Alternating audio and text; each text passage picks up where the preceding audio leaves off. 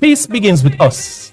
Every act of kindness, every step towards understanding brings us closer to a brighter tomorrow. Let's choose unity, compassion, and hope.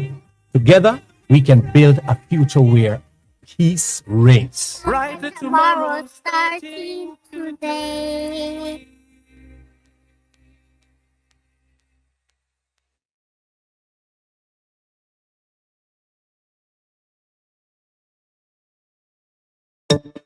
Each year, the Jamaican Parliament approves billions in tax dollars to buy goods and services for Jamaicans. Awarding contracts to private companies to provide public goods and services is called public procurement, and it is a major hotspot for corruption.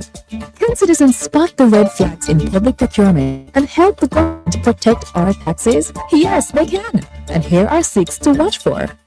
Direct contracting. When contracts are frequently awarded to one supplier without other companies competing to offer a better price and quality, we usually end up paying more and getting less.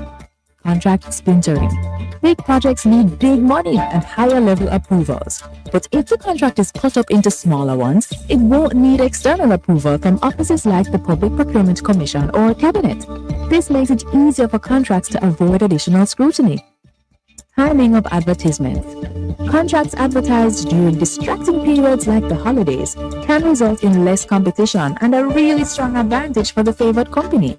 Like Christmas time, work slows down and companies are less attentive to business opportunities.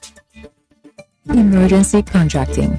Claiming emergencies allows officials to legally bypass normal procurement rules, making it easier to award contracts to favored companies. Contract timing. Contracts awarded just before or after election can be paid back for campaign support and not based on what Jamaicans really need. Collusion. And what if penalties are not enforced when work is poorly done? This could be a contractor and public official working together for private benefit. And if it is, this is collusion. These flags do not prove corruption, but they trigger questions that citizens must ask. So mind your business, Jamaica. Visit the JAMP Procurement Tracker to monitor government contracts. If you spot these flags, use our ATI tool to ask questions and demand accountability. Hey, I'm Abijah, the Roots Man. Today, I want to talk to you about something powerful. Peace. Peace isn't just the absence of conflict. It's about kindness, understanding, and respect. It starts with us. Every choice we make can build bridges or burn them. Let's choose peace in our words, our action, and our hearts. Peace begins with you. Together, we can create a brighter and safer future for everyone. Join me. Let's be that change we want to see.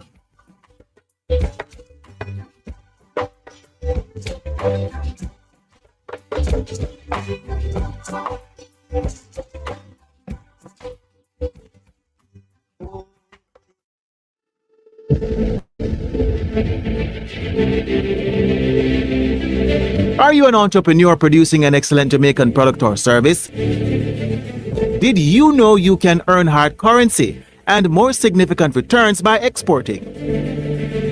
Contact the Ministry of Industry, Investment and Commerce to help propel your business along the export lane. Everything you can produce, the Jamaicans overseas want it. We're not going to get rich by just bringing down the debt. We're going to get rich by exporting a lot more. So grow exports, create job opportunities, drive economic growth through exports to make Jamaica a richer and much more prosperous country.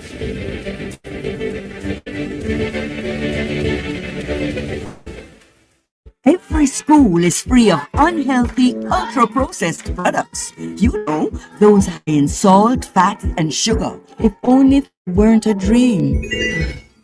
The reality is that many children have an unhealthy diet at school, and 23% of them are overweight or obese. This lead to hypertension, heart disease, and type 2 diabetes. Let's protect our children's right to health with a policy for schools that prevents unhealthy food marketing and ensures access to nutritious foods. The time is now. Let's implement the National School Nutrition Policy, a message from the Heart Foundation of Jamaica and partners. Cook it up and make we steam it. Fresh so me need it. Tilapia a real fish. Cook it up and make we roast it. Farm fresh so me need it. Tilapia a real fish. Grow smart, the best part. Food for thought so me have to eat smart. Easy catch, full in it. Tilapia so you don't know what's next. Cook it up and make we fry it. Fresh so me need it. Tilapia a real fish. Bring home the best in freshwater fish. High content of vitamin B3, protein, potassium. Tilapia, simple, healthy, delicious. $1.4 trillion. That's how much the government plans to spend this fiscal year. Watch PBCJ's live coverage of the budget debate, March 10 to March 24, as the government outlines financial plans for the upcoming fiscal year, detailing funding for health, education, national security, social security, food security, and infrastructure. The budget debate. They serve as a performance assessment of the previous year and public declaration of our leaders' intended priorities. Watch the budget debate on our television station. Join the discussion on social media, live on the People's Station, PBCJ.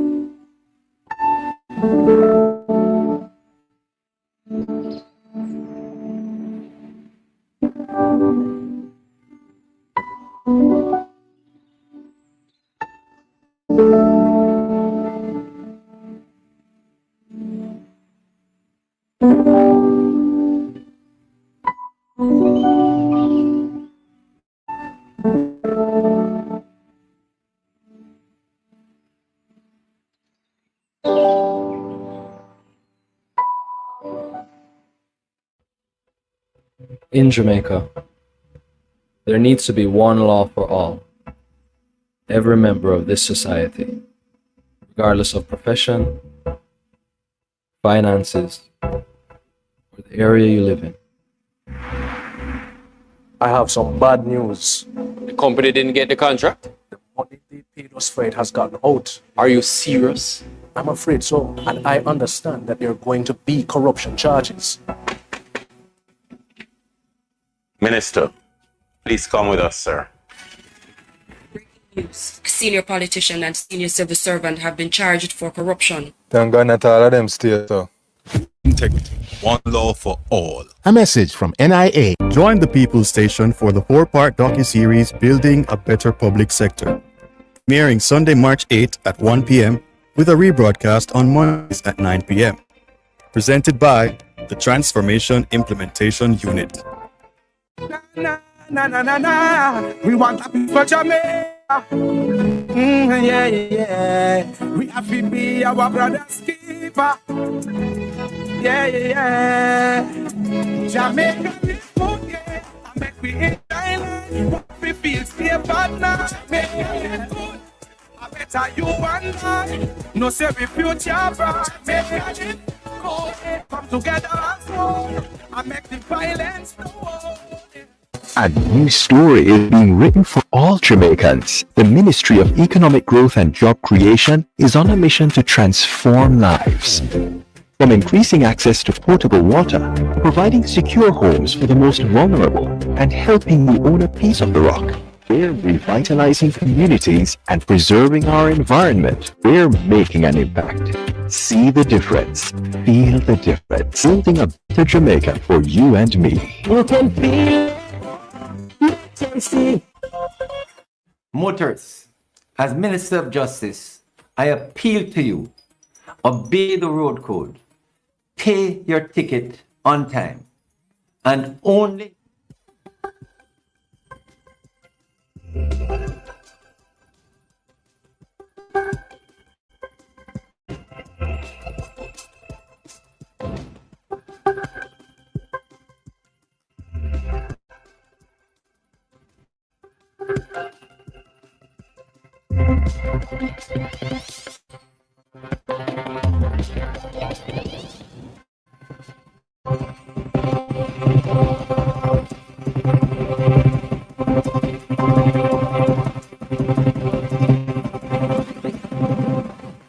by whom all kings reign, and princes decree justice, and from whom alone come all counsel, wisdom, and understanding.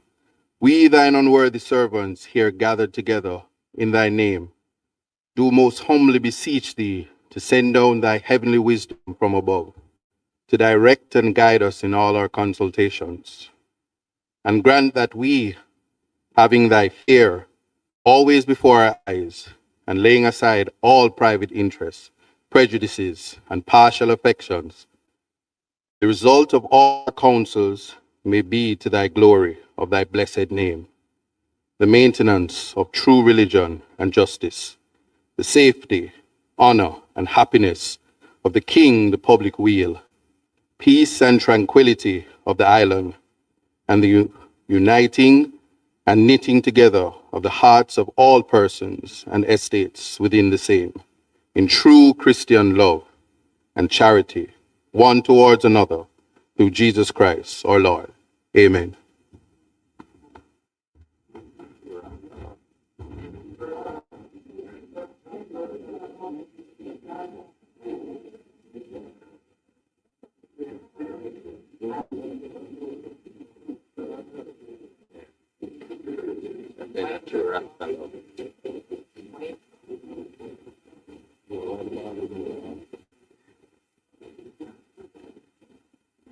You may be seated.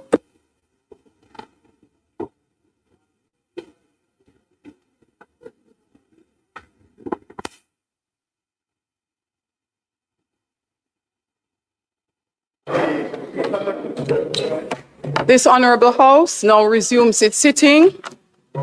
I wish to warmly welcome all members to this sitting of the Honorable House of Representatives for today, Tuesday, March 17, 2026, Today, we will continue the budget debate for the financial year 2026-2027, and we will hear from the Leader of the Opposition and Member of Parliament for St. Andrews South as he makes his contribution to the debate.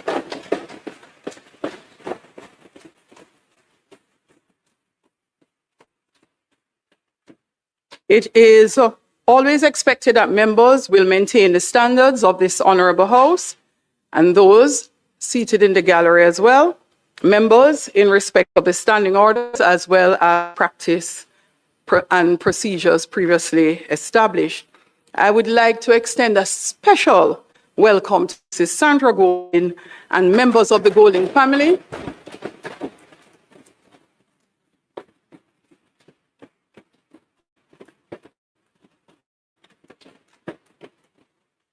We are also joined today by members of the Diplomatic Corps, private sector representatives, and representatives of the St. Andrews South constituency. Welcome to the houses for all.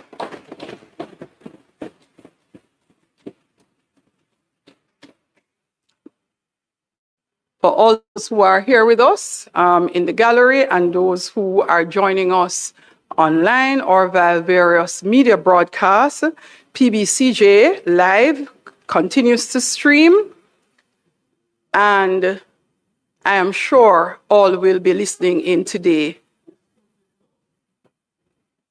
I note former Minister of Finance. He stepped out? He is here. He stepped out for a little. So Omar Davis, former Member of Parliament and Minister of Finance, is here.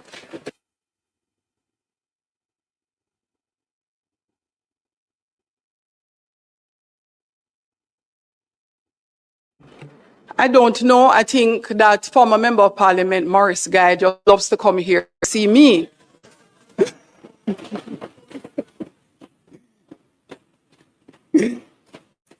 And also, here is Keisha Anderson. Keisha is a senator currently sitting in the House of Parliament. Honorable Senator, welcome. So just a short housekeeping point, just had a conversation with the Integrity Commission. This relates to all senators, all members of the House, and for those who may have sat in the last election as councillors in the by-election. We had attempted to explain this before. Members, you are not required to submit any returns to the Integrity Commission as at 31st December 2025, which would normally have been due on the 31st of March 2026.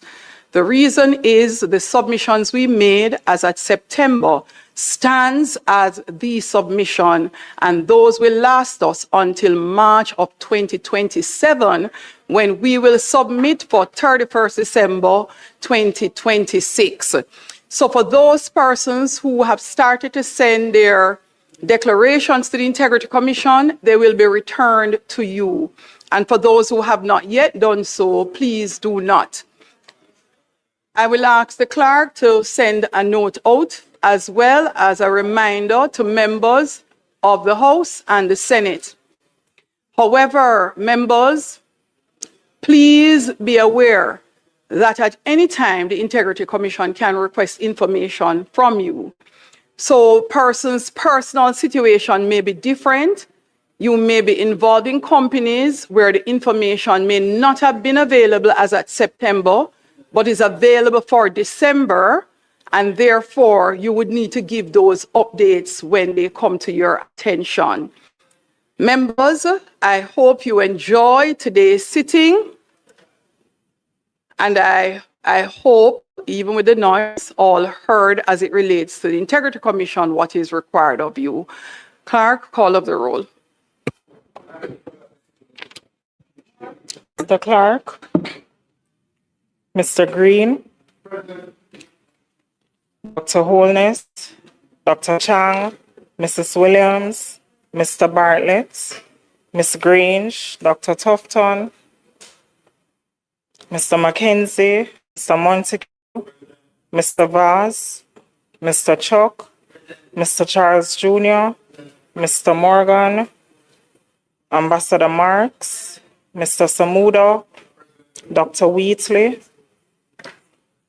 Mrs. Cuthbert Flynn, Mr. Terrelong, Mr. Witter, Mrs. Dalrymple Filbert, Miss Morrison,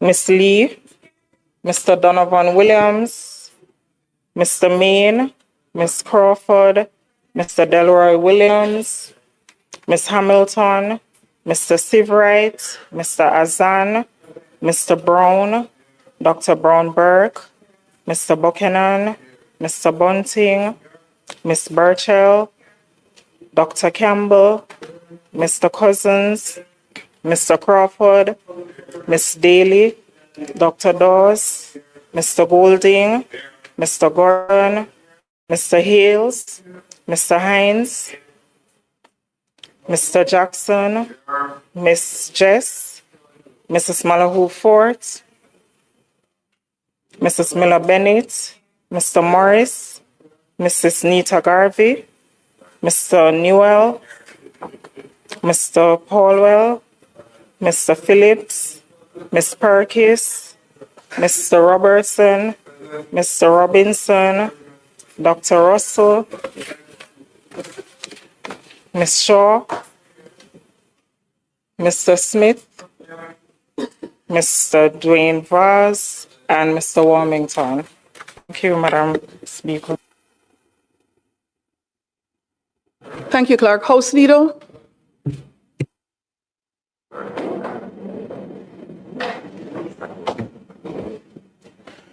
Madam Speaker, we could just go through the agenda to public business.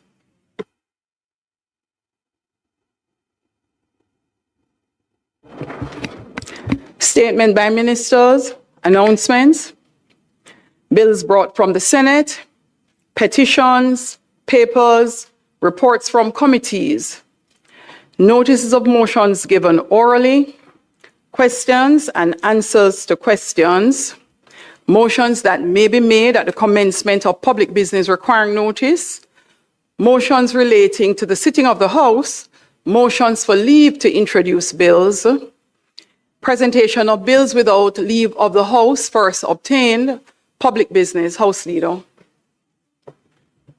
Thank you, Madam Speaker. Let me join in welcoming the family of the Leader of the John, Mrs. Sandra Golden, and the children of the Leader to the House, and also former Member of Parliament and former Minister of Finance, Omar Davis, and Member Guy is here, Senator Keisha. I also seen Donna Scott Motley, former Senator. Good to have you here with us. And other members of the diplomatic corps that may have joined us. Today we will continue the budget debate with the contribution from Mr. Mark Golden, Leader of the Opposition. I ask that he be allowed to speak until the completion of his presentation so that the time be suspended. Those in favor? Aye. Those against? Ayes have it.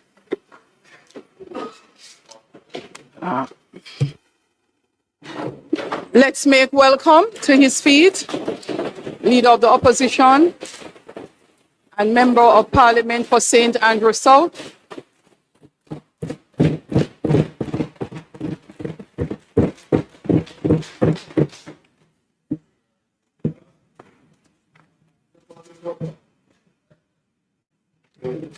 Thank you, Madam Speaker. Madam Speaker, I just want to begin by thanking God Almighty for his blessings, for having enabled us all to be here, and for having enabled me to continue in the role that I play. And may he continue to show us his love and bless us with strength and commitment to do right by our beloved country, Jamaica.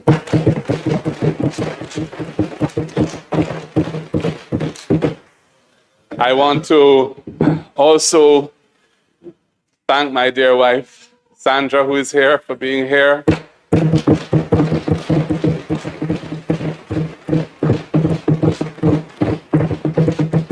Two of my children who are here as well, Tasman and Benjamin.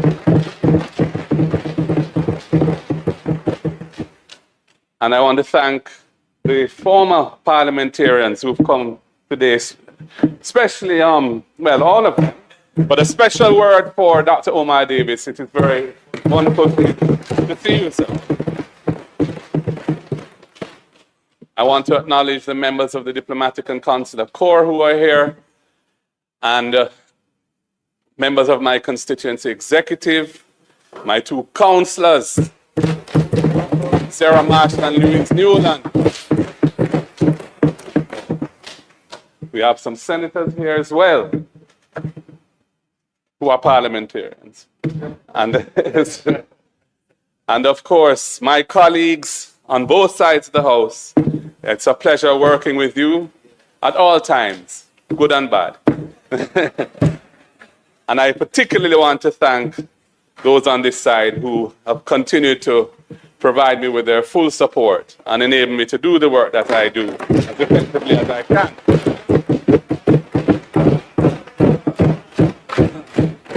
I want to thank the staff of Parliament for the role they play in enabling us to serve as elected and appointed representatives.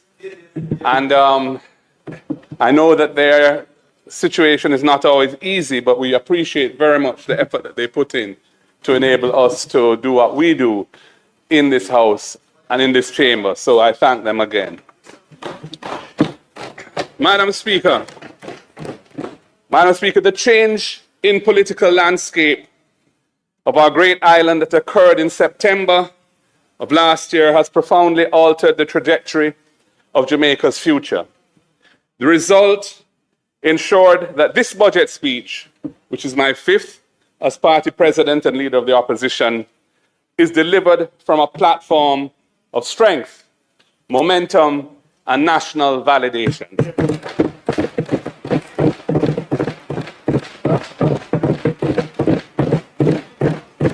The doubling of the People's National Party's seat count is living, breathing proof that our national movement is once again firmly on a path to assuming the responsibilities of government. The work put in since 2020 has borne bountiful fruit and reset deep roots in all corners of Jamaica. It is now surely a matter of when, not if.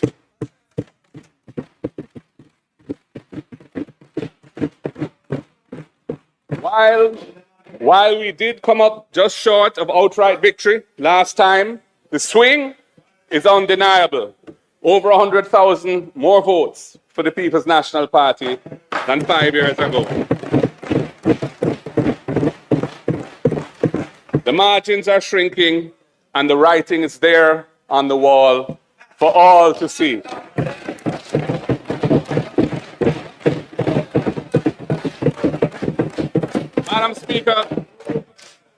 Madam Speaker, the 2025 general election ushered in a new generation of parliamentarians, along with several who had suffered temporary setbacks in the COVID election of 2020. We have dynamic, energized, and eager new faces to deliver. These voices ranging from the Grill in the West to the eastern tip of Portland. And they have connected with voters and empathized with their needs, their goals, and their dreams. Unlike so many of the debutants seen in this House after the 2020 COVID election, they are very much here to stay.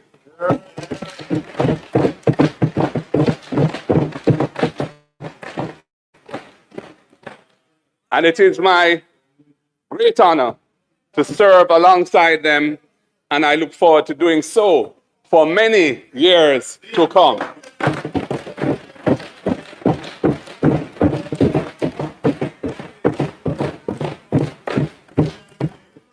The combination, Madam Speaker, the combination of these youthful, ambitious souls with the experienced and slightly more gray hands of the previous generation, including myself and my fellow long-term PNP stalwarts, has created a parliamentary team for the times that we are living in, ready to hold this government to maximum accountability and to guide the direction that this House flows in, even from these opposition benches. I want to make special mention of the late Dr. Linville Bloomfield from Eastern Portland and the late Dr. Winston Green from Southeast St. Mary, both of whom passed away while serving in this House during a previous term. Dr. Bloomfield having been murdered and no one having been brought to justice for his murder to date. The by-elections that occurred after their untimely passings resulted in green victories. But in 2025, Isaac Buchanan and Chris Brown, in two famous victories, took back what was lost. We dedicate those victories to those two fallen servants of Jamaica. Madam Speaker, the events that took place in September 2025 can be analyzed from two competing perspectives. On one side, the people of Jamaica heard our proposals for progressive governance of integrity that is accessible to all Jamaicans, and it resonated with them. The people heard our plans to build a society from the base upwards rather than from the top-down approach, and it resonated with them. The people appreciated our willingness to tackle their day-to-day problems and engineer solutions that will have a practical impact on their lives, rather than fixating on macroeconomic indicators that bear no reflection on their everyday existence. And this also resonated with them. Madam Speaker, we are the party of the people.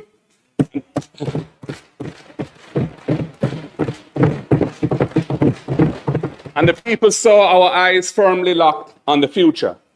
They saw the government looking out for themselves and their interests, and contrasted that with the solution-oriented approach from the party of the rising sun. And while we came up just short, and only a few members on that side know the truth as to why, the writing, as I've said, is very much on the wall.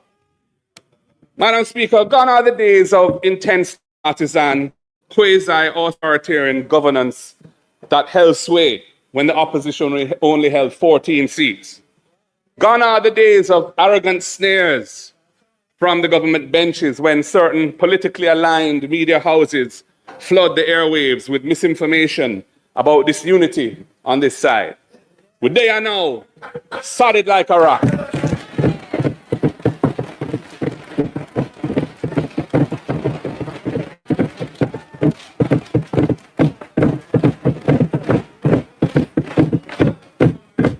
The writing is very much on the wall.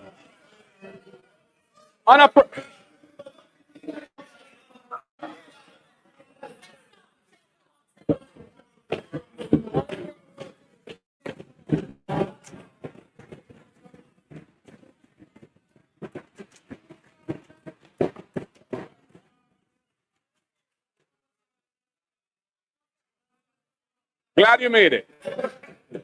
On a personal note, Madam Speaker, the last 5 years have been some of the most invigorating and fulfilling of my 60 years on this earth. It has been a great honor to fight for the rights and defend the interests of each and every Jamaican from each and every background, including, as I've said, the additional 100,000 voters who came on board with us last September. We will not let you down.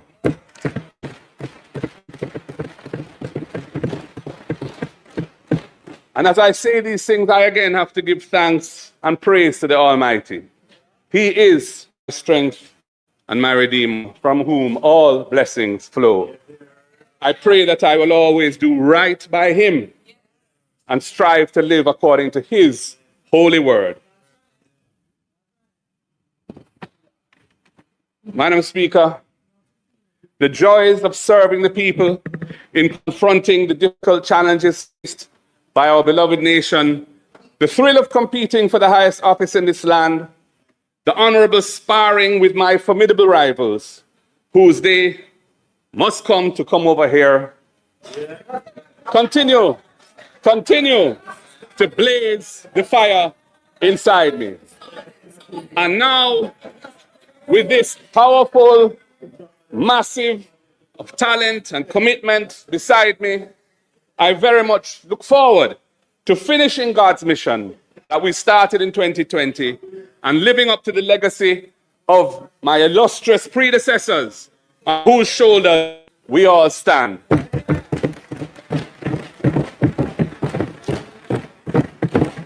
And we will do this by bringing a new era of innovative, strategic, caring, and honorable governance to this great nation. Madam Speaker, like many commentators and opinion makers, I have been thinking about what we must do to take Jamaica out of its chronic economic underperformance. With a GDP, a gross domestic product, which simply means the value of everything we produce, goods and services, in the course of a year. With a GDP of approximately $7,000 per person, one of the lowest in the Caribbean, compared with 19,000 US per person in Trinidad and Tobago and 26,000 US in Barbados. Jamaica's average real GDP growth has merely crawled along at around 0.8%, not even 1% over the last 10 years. The Jamaican economy is clearly not delivering for our people. Economic underperformance narrows fiscal space, so that despite the relative low debt to GDP ratio in the range, somewhere in the 60s now, 60% range, that Jamaica has achieved with immense sacrifice of our people over the past 14 years, we are still only able to deliver budgets with central government capital expenditure of 2 to 3% of GDP, a substantial portion of which, sometimes over a third, remaining unspent at the end of successive fiscal years due to various inefficiencies. Much of our road network remains in a deplorable state. Gullies and other waterworks and waterways are in urgent need of repair, and coastal erosion, exacerbated by worsening climate conditions, outstrips modest attempts at mitigation. Madam Speaker, the education and training systems of the country are big contributors to our economic underperformance. The statistics are well known. Roughly a third of our primary school children leave primary school functionally illiterate and innumerate. They cannot read and write. A problem which, of course, feeds into the secondary system, where less than 20% of our students achieve the basic requirements of 5 CSEC subjects, including Maths and English. Only approximately 16% of Jamaicans end up with any tertiary qualification. Our workforce suffers from inadequate training and apprenticeship opportunities, so that over 60% of our workforce has no form of skill certification at all. HEART has been so badly mismanaged.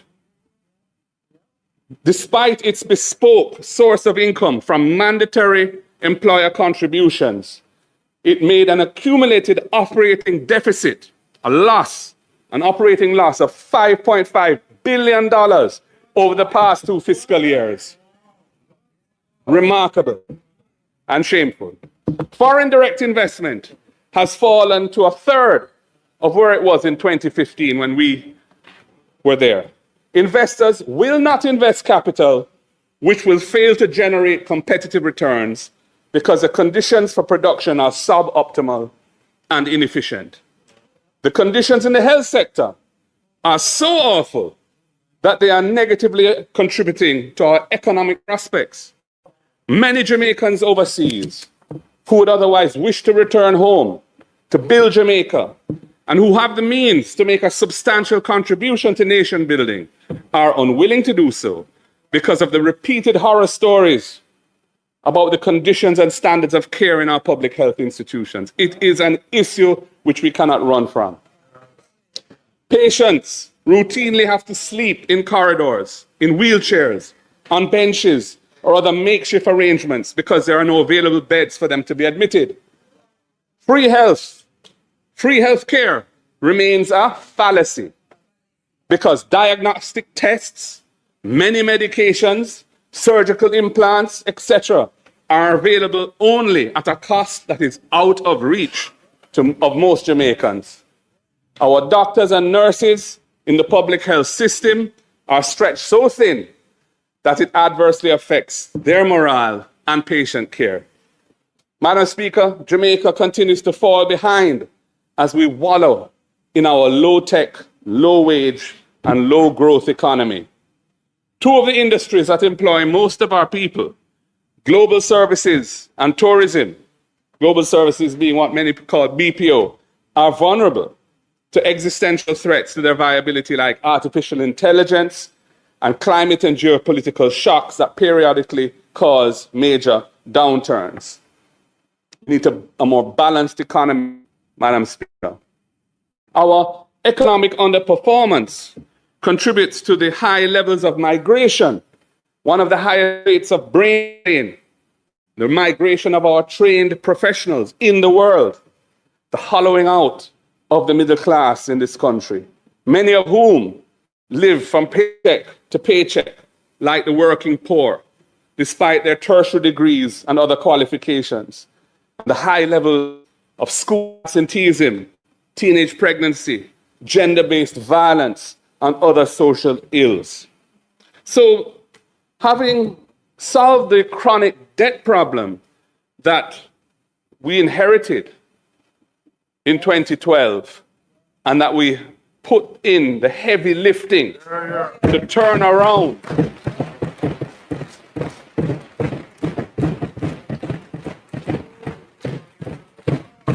and I pause because I have to acknowledge the work that was done in the last PNP administration under the leadership of Portia Simpson Miller, most honorable, and Dr. Peter David Phillips as finance minister. Jamaica was heading off the cliff under the previous JLP government. We were unable to even sit the IMF tests, much less pass them. Our name was mud in the international financial community. It took us a year once we came back to office to persuade the financial community that we could be trusted with a new program. And we delivered on that program for Jamaica, and Jamaica has borne fruit from the work we did.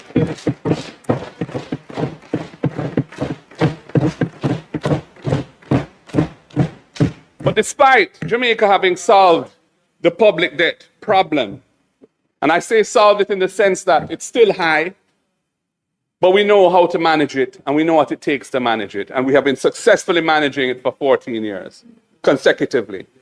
And with the murder rate falling significantly over the past 2 years, nevertheless, Jamaica remains disappointed that there are no signs of a strategic plan to deliver a strong, rapidly growing economy that creates abundant, good opportunities for our people here at home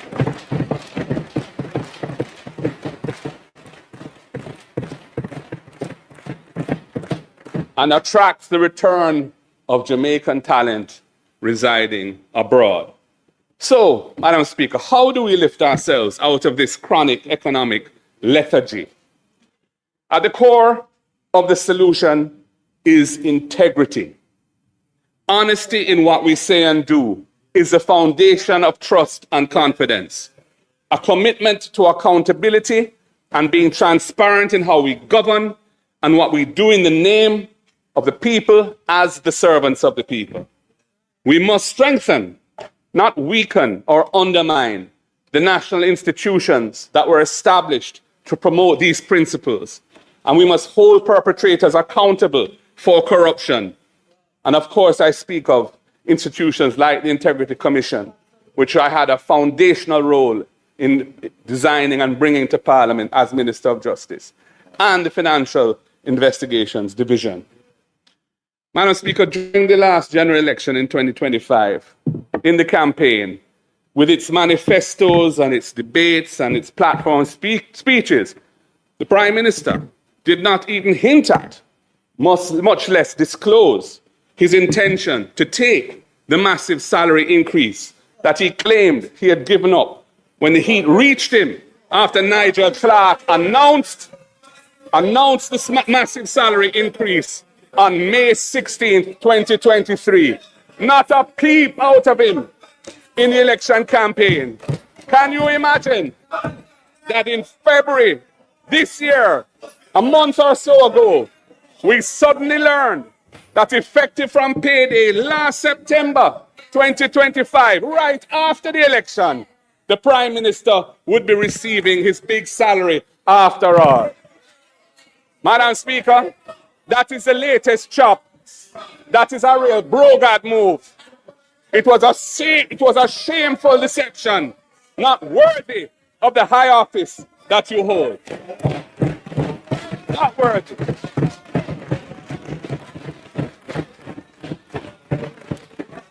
Madam Speaker, as leaders,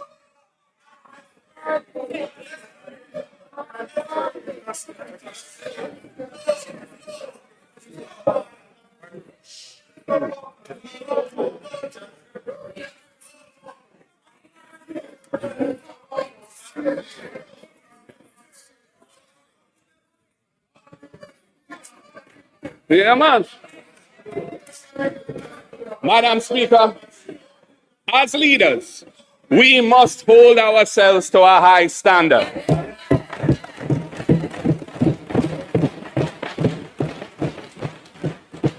And we should be quick to do the right thing by leaving the scene when transgressions come to light which are not compatible with clean and honest government in Jamaica today. Unfortunately, the reverse all too often prevails.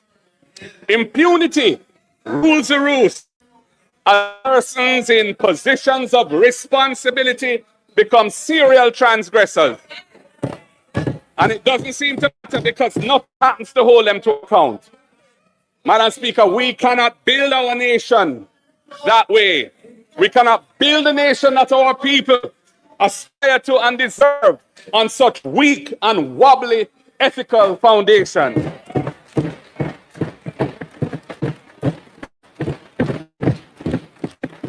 That is why we on this side have signed the Leadership Code of Conduct produced by the Integrity Commission.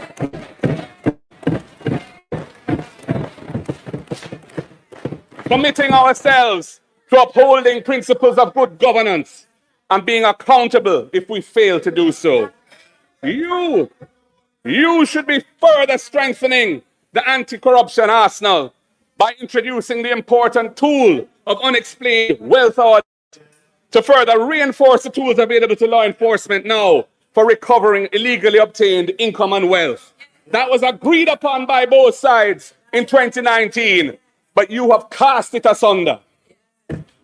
Why have you abandoned the procedures of impeachment of parliamentarians and other holders of high office that former JLP Prime Minister Bruce Golding tabled in this House in 2011, and I updated by tabling a private member's bill in 2021? Why are you not pursuing procedures for the recall of non-performing elected representatives to ensure that there are consequences when conduct and performance fall below what is acceptable in a free and democratic society based on the rule of law? Why?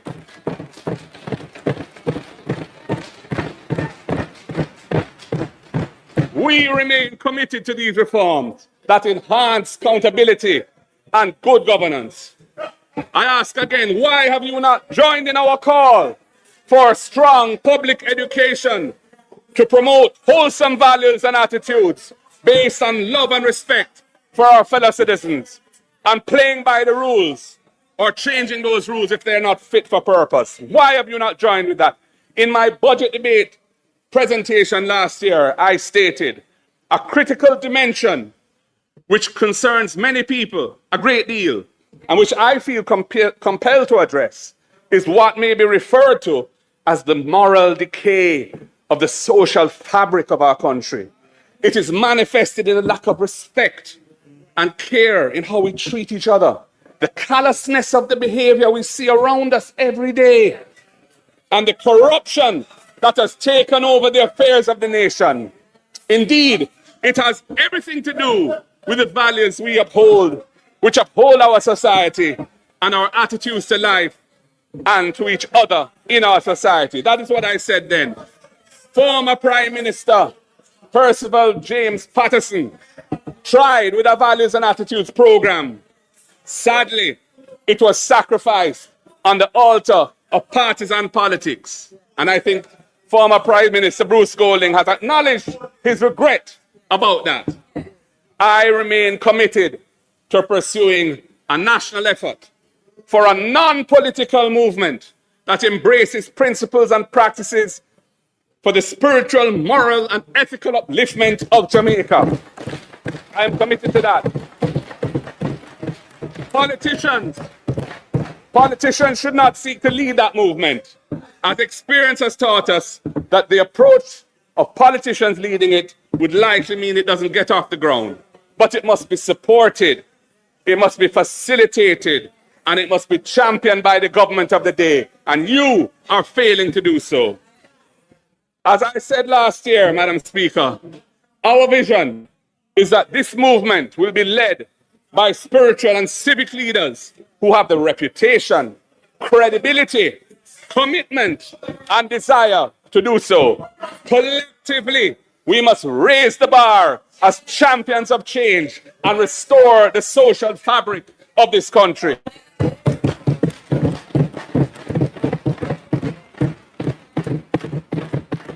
If we can do that, it will make it so much easier to overcome our challenges and achieve our economic and social goals. Integrity, Madam Speaker, is at the center of progress, and it is at the center of national development, and it must be at the center of inclusive and sustainable economic growth.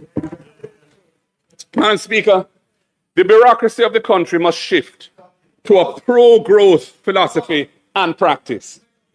The procurement system urgently needs to be reformed so that it does not unduly delay the execution of projects and programs. Madam Speaker, the government has been delinquent in doing this. As it stands today, the bureaucracy always errs on the side of cautious control. I'm going to repeat that because it's an important point. As it stands today, the bureaucracy of Jamaica always errs on the side of cautious control when our chronic low-growth situation requires bold steps forward. And I'm glad to see the Prime Minister applauding that point.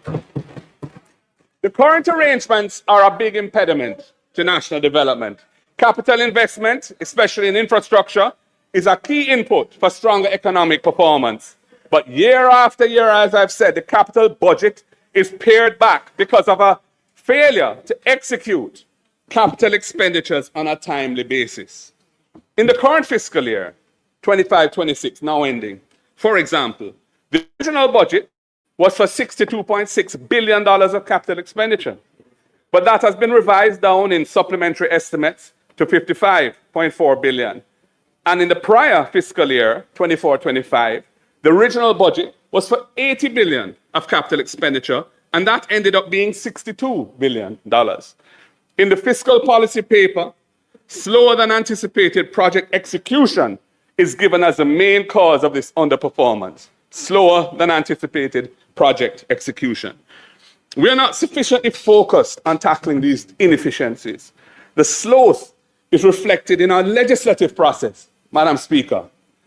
Laws of strategic importance that require urgent amendment or passage remain on the books for years without the problem being addressed. And there are many examples of this, and I'm going to mention 5.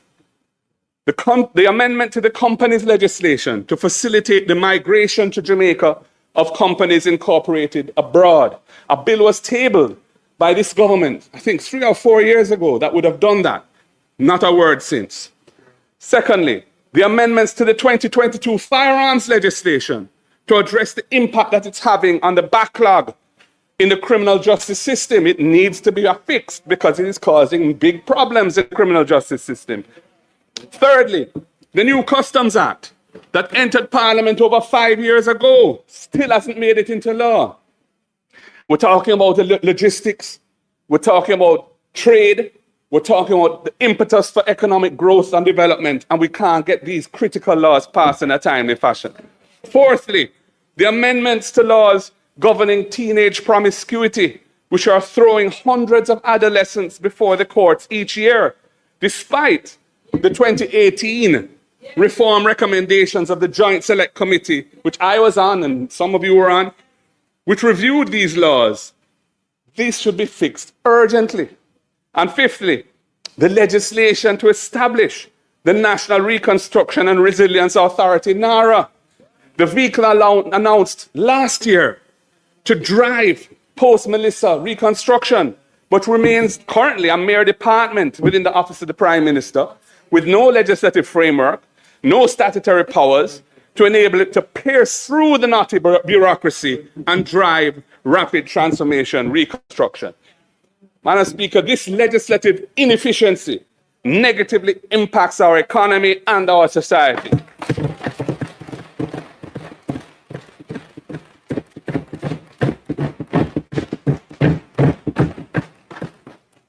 As regards the first of those examples, in its preliminary review of the budget for 26-27, PricewaterhouseCoopers, the international accounting firm, audit firm, commented on the need for initiatives to encourage taxpayers to bring business activities and investments home to Jamaica. We have a big diaspora. We need to encourage them to bring their capital here. PwC said, where designed and implemented properly, this could bring in fresh economic activity that is currently taking place outside Jamaica, which in turn could bring in additional tax revenues after such activities or investments migrate to Jamaica. There is no good reason for this to remain in limbo. And it's consistent with what the opposition spokesman for finance said last Thursday about digital nomads, encouraging people abroad to come here, spend their money, and help to drive consumer demand, drive investment, and drive economic growth. Instead, what do I hear? I hear the Prime Minister retreating 30 years into his spin on FinSAC. He will no doubt to seek to revise history to suit his desired narrative. That is a refuge of someone who has run out of ideas.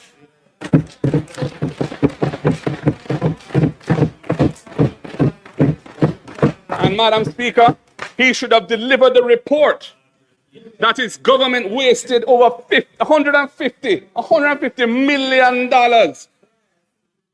on and never delivered about that story of FinSAC. That report has never been delivered. Madam Speaker, the Prime Minister's narrative cannot help Jamaica move forward in this perilous time.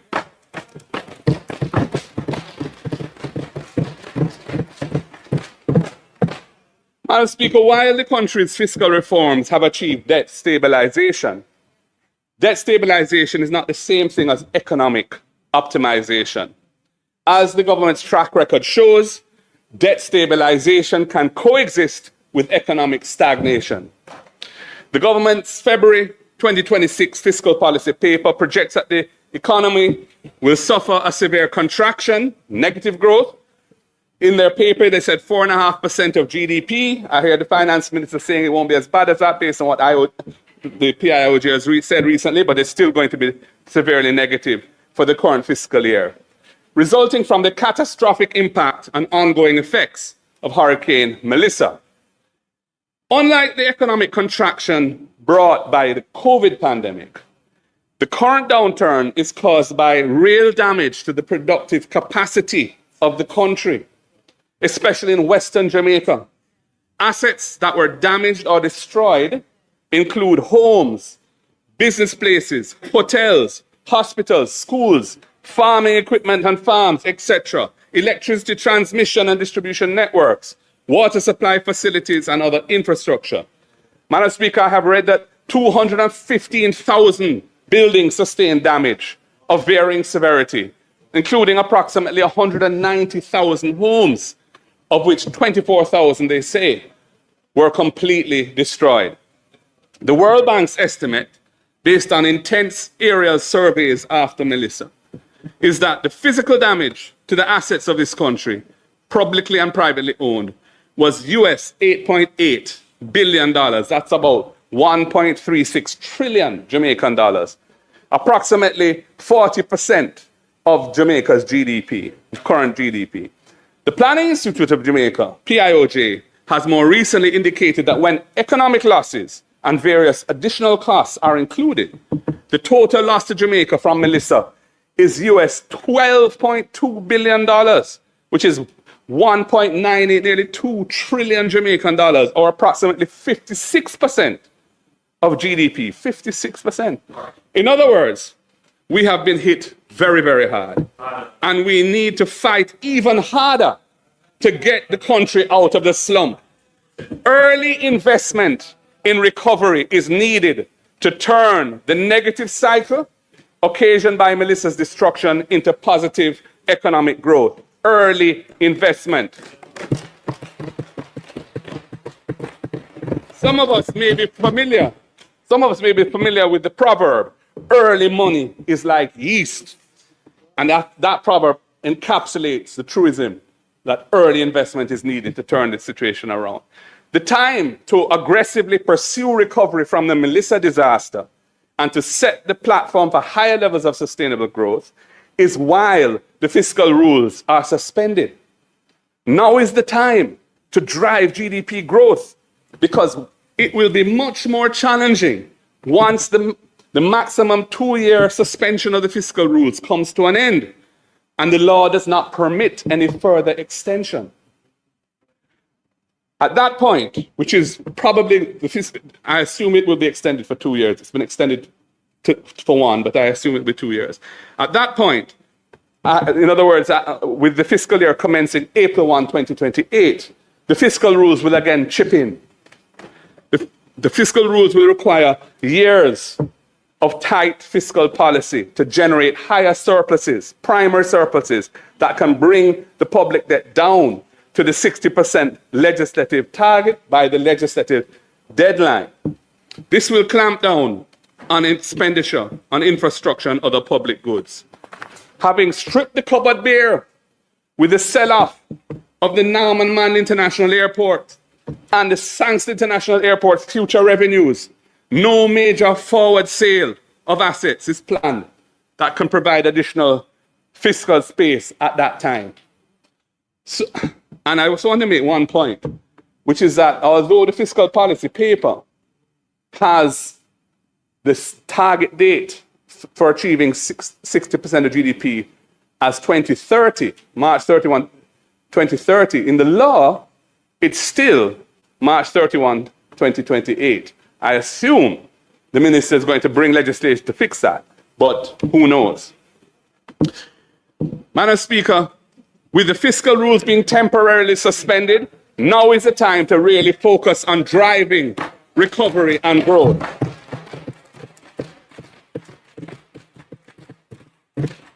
However, that is not the strategy that the government is pursuing. The government's housing repair program, ROOFs, of $10 billion Jamaican for the current fiscal year, 25-26, is less than 1/3 of 1% of GDP. Less than 1/3 of 1% of GDP. The PIOJ says the damage to Jamaica is 56% of GDP.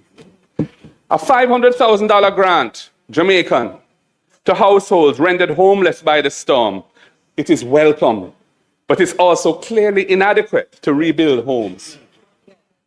The same is true for the households that suffered major damage and are receiving $200,000 grants towards their repairs. and the $75,000 grants for those who suffered relatively minor damage. All of that money is welcome, no doubt, and we're glad for those who are getting it. But clearly it is insufficient to repair the major damage to the housing stock in Western Jamaica in particular. These grants are limited to those households that have been assessed by the Ministry of Labour and Social Security, and the numbers suggest that it will not cover 100% of those who suffered total loss or major damage. Many have not been assessed.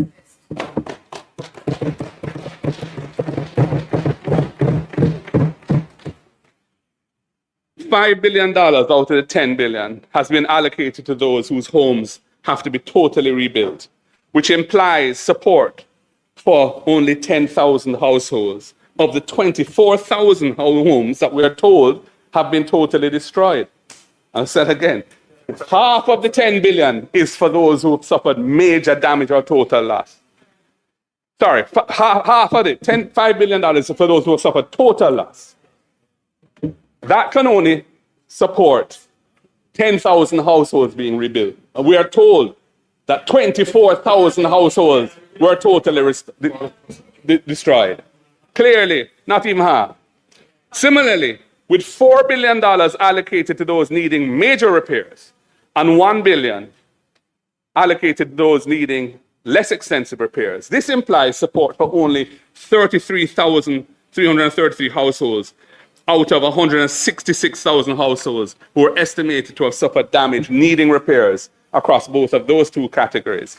Madam Speaker, the upshot is that there is a real need for much more extensive investment in restoring decent, habitable shelter to Jamaicans who suffered housing damage in the hurricane. Much of that damage is uninsured. Homes that receive only partial repairs and are not restored to full habitability will mean families that are hobbled by unplanned housing repair costs for months and years to come. This will only reduce their disposable income to spend on the ordinary needs of life and feed into further economic malaise, the various manifestations of poverty, and worsen the growing problem of mental illness. The ROOFs program also appears to ignore the element of resilience in its design, merely handing out grants of amounts which are manifestly insufficient to cover the cost of adequate repairs, guarantees that households resort to the least cost approaches to effecting those repairs because the money is enough, so they have to make it stretch. This is clearly short-sighted, Madam Speaker, as Jamaicans should be using construction materials and techniques that will make their homes more resilient to future climate disasters than they were before.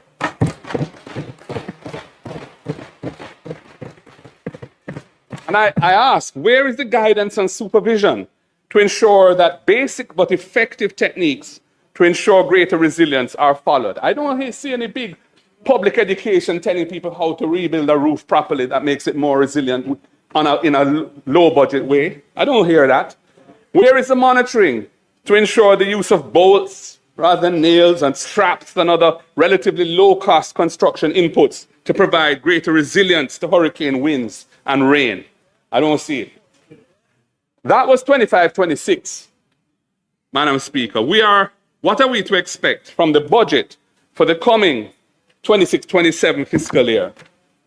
Well, despite the massive hit to our economy and the growing despair and anger that many thousands of Jamaicans feel who really need help, the budget for the coming year allocates a contingency of $30 billion Jamaican for capital expenditure on recovery from Hurricane Melissa. 30 billion Jamaican dollars. That is less than 1% of GDP. The country suffered 56% of GDP loss, including 40% of physical asset loss. And the allocation for capital expenditure for Hurricane Melissa recovery in the coming fiscal year is less than 1% of GDP.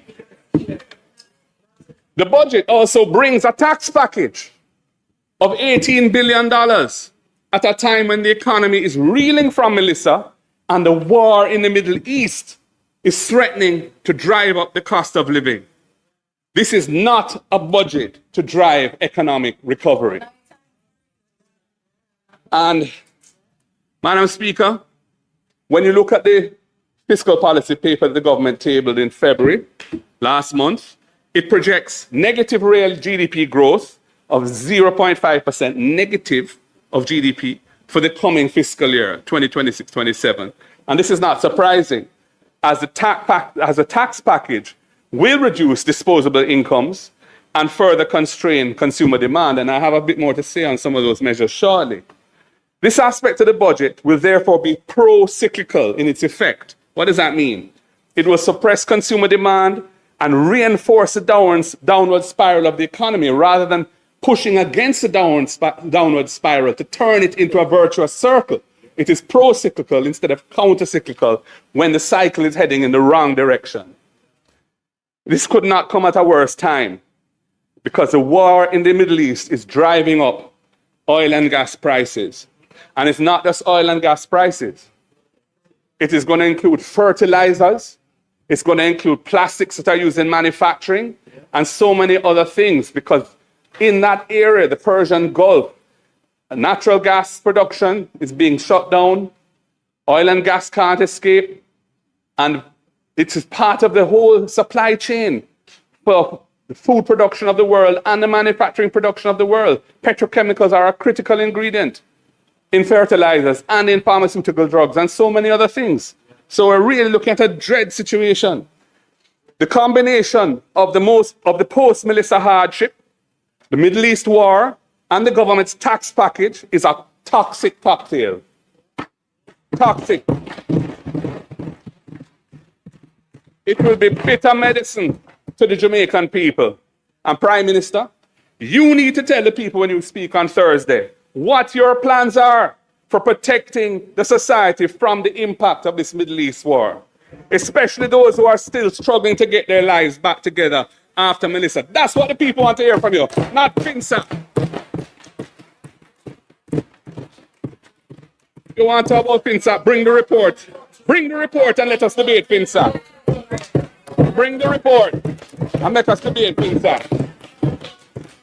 Madam Speaker, as expertly outlined by the opposition spokesperson for finance last Thursday, the government was not forced into this tax package. It was not forced into continuing to extract funds from the National Housing Trust. There are other options and a better way forward is possible.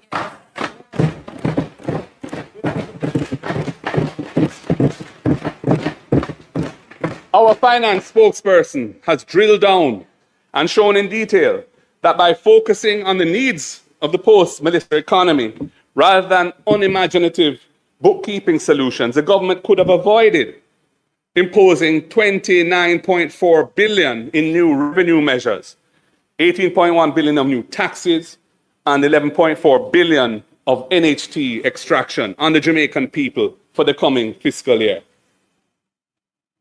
As he has shown, there is a better way. The impact on the debt to GDP ratio of financing the gap without resorting to additional taxation, minimal, a mere 0.44% of GDP. Our approach would leave more money in the pockets of the Jamaican people and more reserves in the National Housing Trust to help reverse the negative GDP growth that Jamaica is now suffering and drive recovery at a faster rate. We have a better plan. A better plan. And Madam Speaker, looking at the tax measures, they are problematic. 10.1 billion Jamaican dollars of tax package is on sweetened beverages and will mainly come out of the pockets of low-income households. Similarly, 3.6 billion Jamaican dollars is an increase in the Environmental Protection Levy, the EPL, which will be borne by consumers again when manufacturers and importers pass on those costs to consumers. Jamaicans are already facing hard times with a cost of living crisis after the Melissa disaster. It's going to be made even worse by this tax package that the government is imposing on the people. And it's coming at a time when the Middle East war is going to start giving us a severe beating as well. These revenue measures will have an inflationary impact, pushing up the cost of living on the Jamaican people at a time when the cost of living is spiking due to the war in the Middle East. As I've said, bitter medicine is on its way. As our finance spokesman pointed out, despite the way that these measures have been sold to the public, neither of the taxes on sweetened beverages or the Environmental Protection Levy, neither of them is designed in a way which will improve public health or support environmental causes. Neither of them.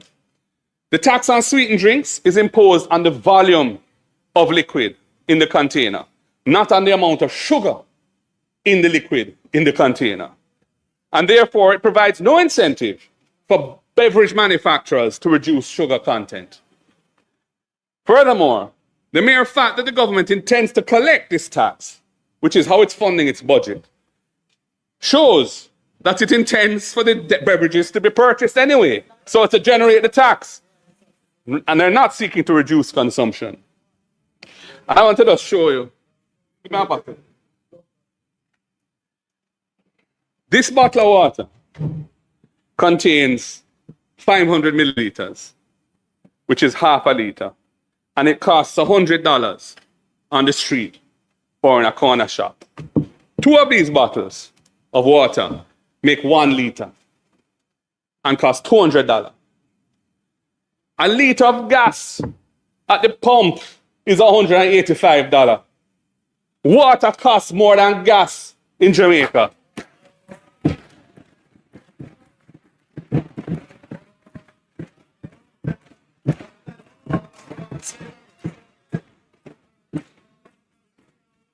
$200 for 2 bottles, making 1 liter, $185 per liter at the pump.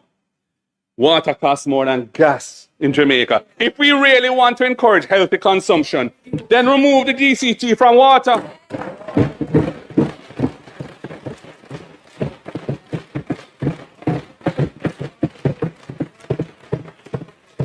And other healthy alternatives so that the people can afford to buy them.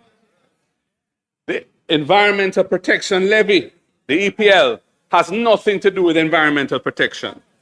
Despite its name, the money goes straight into the consolidated fund as general revenue. It's not earmarked for any environmental cause whatsoever. It's just like any other tax. And it's used to fund expenditures generally, not to fund environmental expenditures in particular. Furthermore, the announced change to the EPL will favor importers and make local manufacturers less competitive. And that is a very bad thing. We need to encourage local manufacturing and value added here, not importing value added from abroad. We need to drive growth and create wealth in the country. As it stands now, the EPL is applied to 100% of the CIF value of imports, but is applied to 75% of the sale price of locally manufactured goods. This differential, 100% on the imports, CIF value, 75% on the sale price of locally manufactured goods, that differential recognizes different positions that are occupied by importers and manufacturers in the local supply chain. Importers add their profit margin to the CIF value, and there then may be additional margins added by distributors and possibly retailers. Applying the EPL to 75% of the local manufacturer good price seeks to level the playing field, as the manufacturer sale price includes all of the value added of their input costs and their project margin. The government is now moving to apply the EPL, the Environmental Protection Levy, to 100% of the sale price of locally manufactured goods, from 75 to 100%. Also, it is increasing the rate of the EPL from 0.5% to 0.8%. That's a 60% increase in the rate. This means that the cost burden of the EPL to local manufacturers will be greater than it is to importers, favoring imports over local manufacturing of competing products, of exchangeable products. This is a major design flaw in the new tax, and it needs to be corrected. And I'm calling on the Minister of Finance to correct it.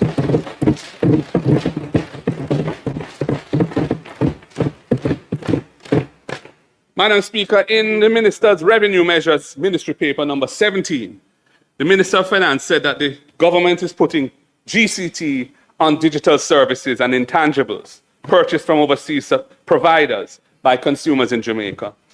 It says that this is projected to raise 300 million Jamaican dollars in the last quarter of the coming fiscal year. That's between January and March 2027.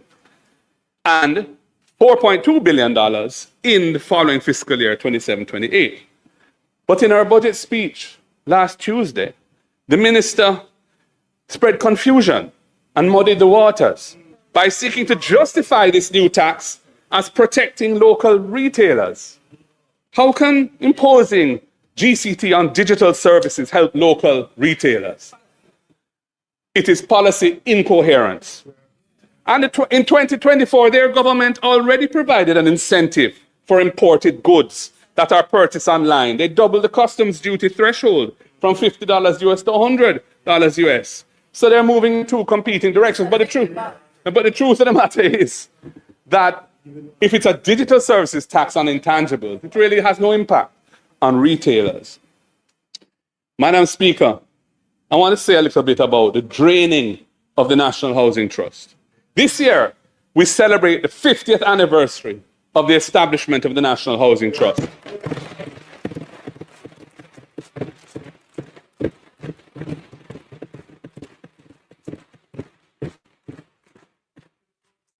It was and is a transformational institutional innovation of the late great Prime Minister Michael Joshua Mann.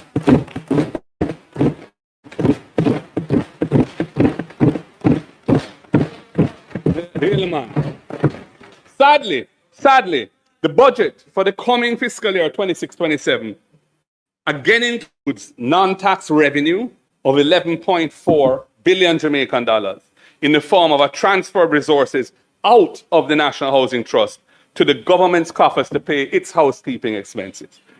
We must recall that this was originally introduced in 2013 as a temporary 4-year measure ending in 2017. It was written into the law as a 4-year measure.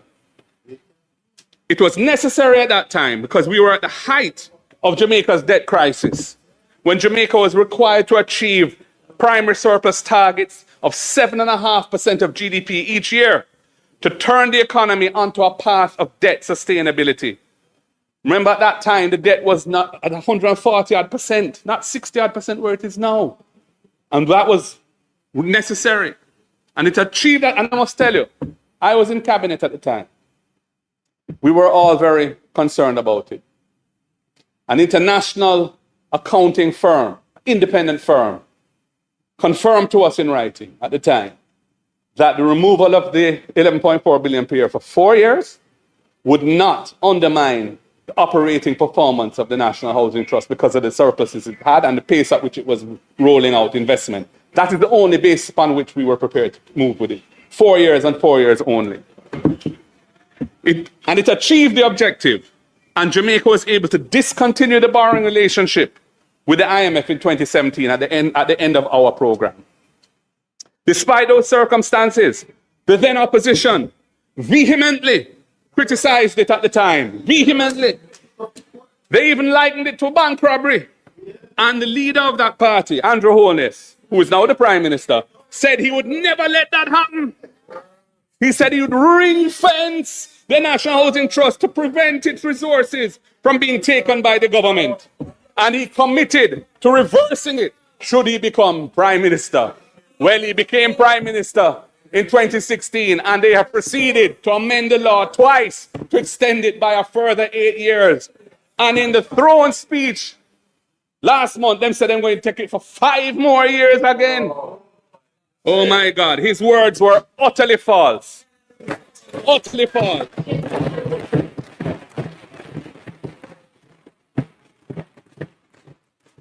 Under his watch, as Minister with responsibility for NHT, because NHT falls under him, this government has passed legislation twice to extend that extraction of resources each year for 10 years while they've been in office. In fact, Since they came to power in 2016, they have withdrawn $114 billion from the NHT as non-tax revenue. And this continued over that period, despite Jamaica needing to increase the construction of affordable houses by 15,000 per year to satisfy the unmet demand. And despite Jamaica having left the IMF borrowing program in 2017, they have no excuse for it. Now the government, as I've said in the throne speech, has announced that it's going to extend it again for 5 more years. That means that they're going to reduce the financial base of the NHT by a further $57 billion over the next 5 years. At a time when Jamaica's housing stock in western parishes has been decimated by Melissa, these resources should be deployed by the NHT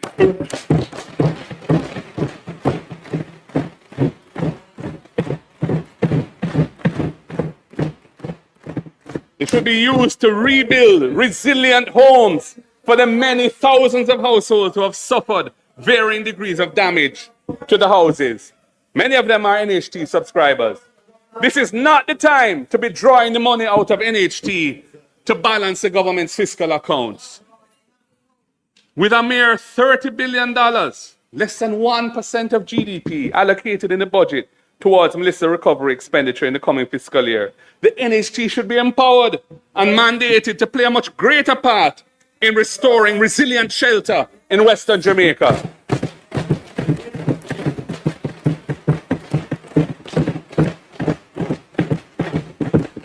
This is not the time to be depleting the resources of Jamaica's most important housing institution. Bad policy, Prime Minister.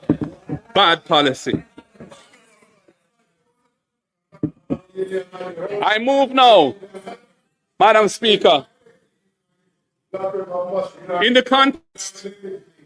context of the need to drive recovery, I am concerned that the allocation of 100 billion Jamaican dollars for central government capital expenditure in the coming fiscal year is likely to be unspent, a good portion of it, given the chronic strictures of the procurement rules and other bottlenecks that have been impeding the effective execution of capital projects year after year after year.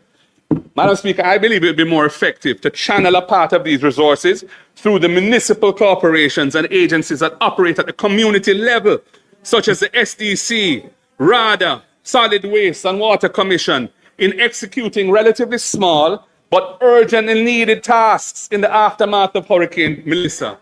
These resources should be deployed to undertake the removal of fallen tree debris, restoring pedestrian walkways and footpaths, restoring fences around publicly owned properties, repairing catchment tanks, cleaning the intakes to springs, cleaning side drains and culverts, repairing broken retaining walls, and other small structural repairs and the like.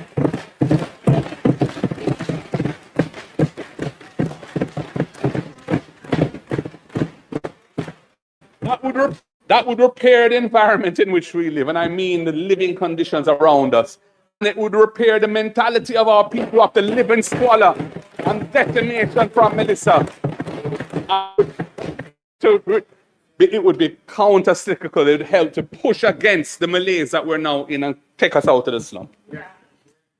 Madam Speaker, in the quest for greater fiscal space to fund investments to drive national development, there's also another revenue strategy which urgently needs to be pursued. The design of a tax system determines its performance more than the rates of tax themselves. Where systems are fragmented, revenue leaks and is not collected. Where systems are integrated and digitally verified, compliance becomes automatic. PricewaterhouseCoopers, then their preliminary review of the budget, highlighted the importance of increasing tax compliance. And I quote, so that everyone bears their fair share rather than the burden falling on those who meet the moment and pay their taxes as part of their civic duty. End of quote. Madam Speaker, the next stage of Jamaica's economic reform should not be about increasing tax rates. That is lazy, unimaginative, and it's an approach being taken by this government which should change its path. We say no to that. It is bad economics and will be damaging to the economy and the Jamaican people in our current circumstances. I think I should remind them, it is the PNP that reduced personal income tax from 33% to 25%. It's the PNP that reduced GCT from 17.5% down to 16%.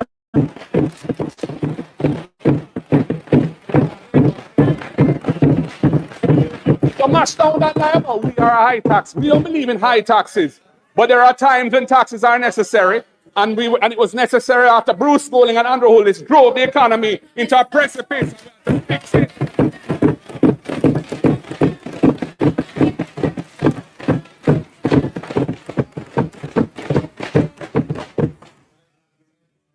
Increasing tax rates and putting in new taxes on the people when you're in an economic slump is bad economics and will be damaging to the economy and the Jamaican people in our current circumstances. The next stage should be about ensuring that the taxes that are already on the books, are fully and fairly realized. A revenue system should be judged by how much of what is legally due is actually collected consistently, efficiently, and equitably. Where leakage persists, compliant businesses and compliant consumers shoulder a disproportionate burden of the tax. Where there's leakage, where enforcement is episodic, occasional, arbitrary, fairness erodes. Where systems are fragmented, borrowing costs rise, and compliant taxpayers suffer.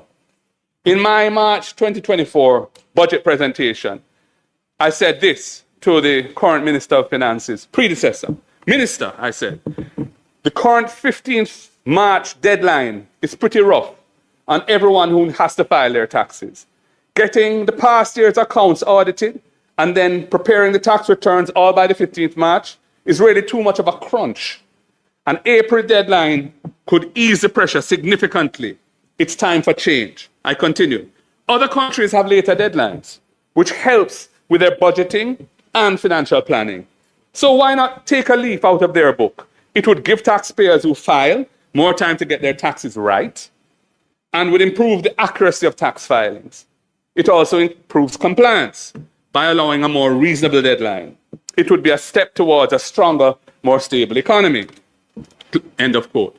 Madam Speaker, I'm encouraged to make some further recommendations today because in February, a month ago, we passed legislation partially implementing that recommendation, partially. I say partially because the change in the filing deadline from March to April only applies to taxpayers which are corporations. Individuals and professional firms that operate as partnerships still have to file by the 15th of March. And Madam Speaker, I am encouraging the government to streamline this so that everyone benefits from the more sensible and practical April filing date.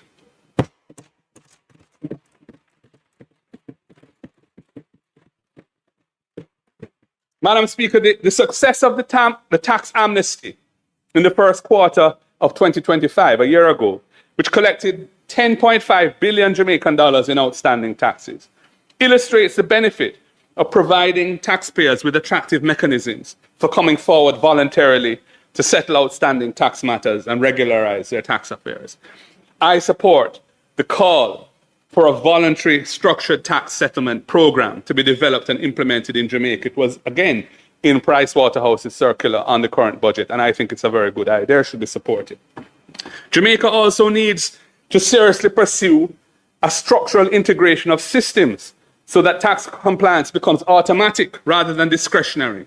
Some estimates, which I have seen, suggest that the improved realization across key revenue categories could yield up to 60 billion Jamaican dollars annually without increasing any tax rates or imposing any new taxes at all. Our finance spokesperson provided a telling example on Thursday last of how $8.6 billion of this can be achieved in the coming fiscal year. And, you know, the truth is that if we had a year to roll it out, we would collect a lot more than 8.6 billion. And he conservatively puts the 8.6 billion because he recognizes that it will take some months of concerted effort, serious management of the system, backed by serious political will to make it happen. But it could be done. GCT, General Consumption Tax, is Jamaica's largest indirect tax, and it is projected to generate 330 billion Jamaican dollars in the upcoming fiscal year. And the related tax, the Special Consumption Tax, SCT, is projected to generate another $113 billion Jamaican. The system requires businesses to collect these indirect taxes at the point of sale, hold it in their cash flow temporarily for a period, and then remit it later. That time lag creates opportunity for underreporting, inflated input credits, nil returns despite commercial activity, and fraudulent refund claims.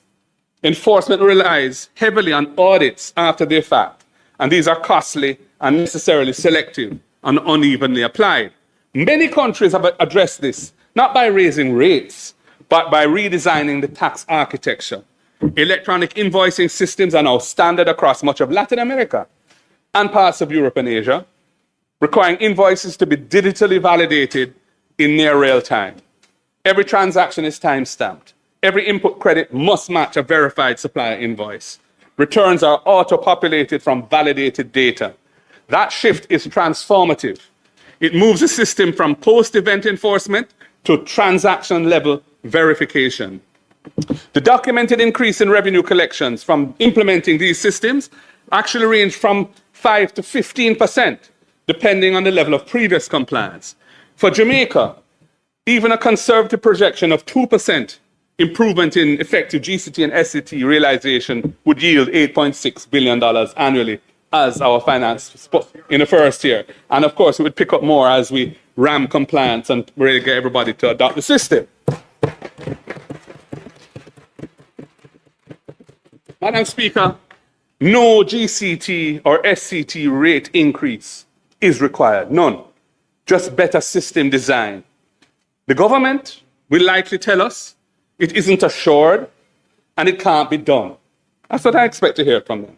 Well, I'm here to tell you that with political will and effective management, driven by dynamic and energetic leadership, it could and should be done without delay.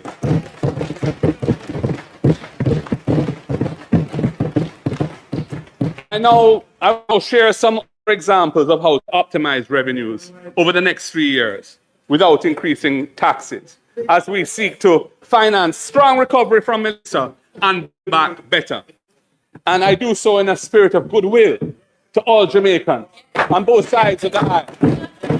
I'm not hiding it. I'm sharing it for the good of the country. I move to income tax, which is the largest tax type, projected to yield $340 billion in the upcoming fiscal year. In this case, leakage flows from artificial loss positions, profit declarations that bear little resemblance to import volumes or sector margin, weak withholding adherence, and payroll inconsistencies. This is all sources of leakage in the income tax system. The fundamental issue is structural.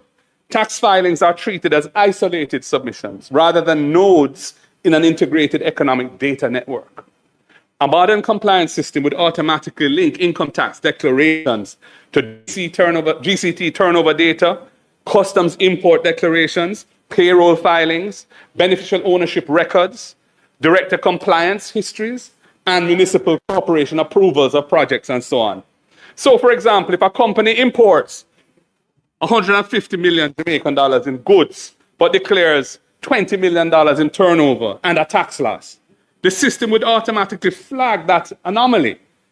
A 5% improvement in effective income tax realization would yield $17 billion annually.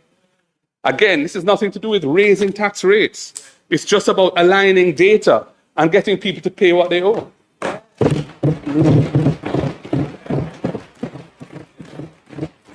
I move to customs duties.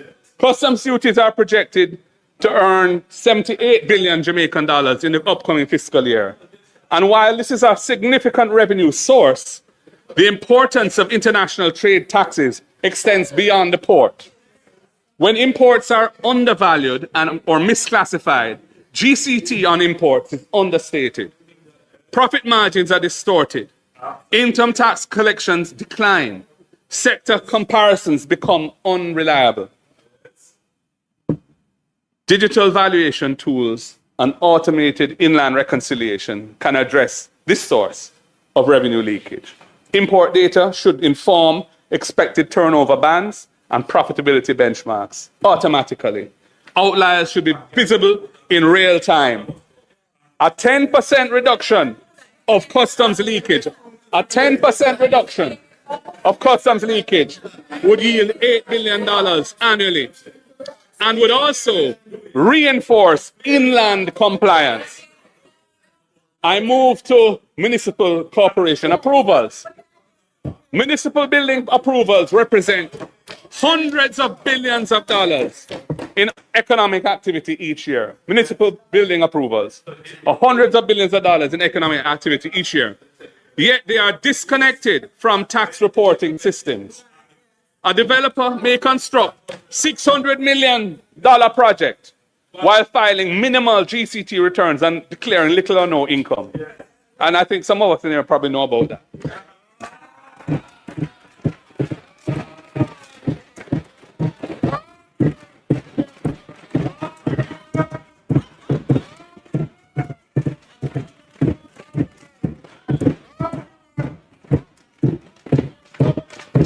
Show me can, me no can no foul.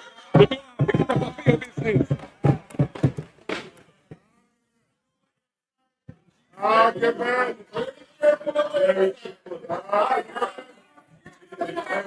Madam Speaker, connectivity is needed. Once a building permit is issued, the approved value of the project should be logged in the tax system. And returns should be auto-populated through a project disclosure section. Expected material purchases, contractor invoices, payroll should be benchmarked.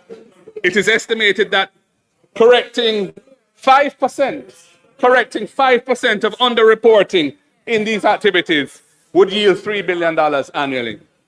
We're leaving a lot of money on the table. Some are benefiting. It is a few. The many are suffering, and it needs to be fixed.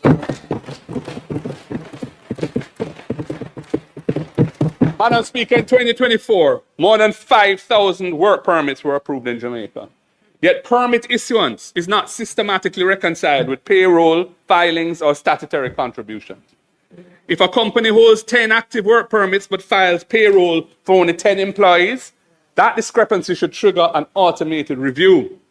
Fixing this could generate $250 million annually, reinforcing a simple principle that every compliance node must connect. It's about connectivity. In summary, Madam Speaker, if well executed and taken together, these systematic reforms could yield additional revenue per year of close to 2% of GDP without increasing taxes. This is not incremental reform. It represents additional fiscal space of 10% of GDP over 5 years. It is achievable not by increasing the tax burden, but by being smarter in how we utilize the architecture of the tax system. Reform to improve the integrity of the tax system is not punitive. It promotes economic fairness. It promotes economic fairness. It protects compliant businesses from being undercut by non-compliant competitors. It narrows bureaucratic discretion. It shrinks the space for corruption. It strengthens investor confidence. It increases fairness. Madam Speaker, Jamaica does not need higher tax rates. It needs systems where invoices validate themselves, where payroll reconciles with permits, where imports reconcile with profits, where billing approvals inform tax returns, where risk detection becomes structural rather than episodic.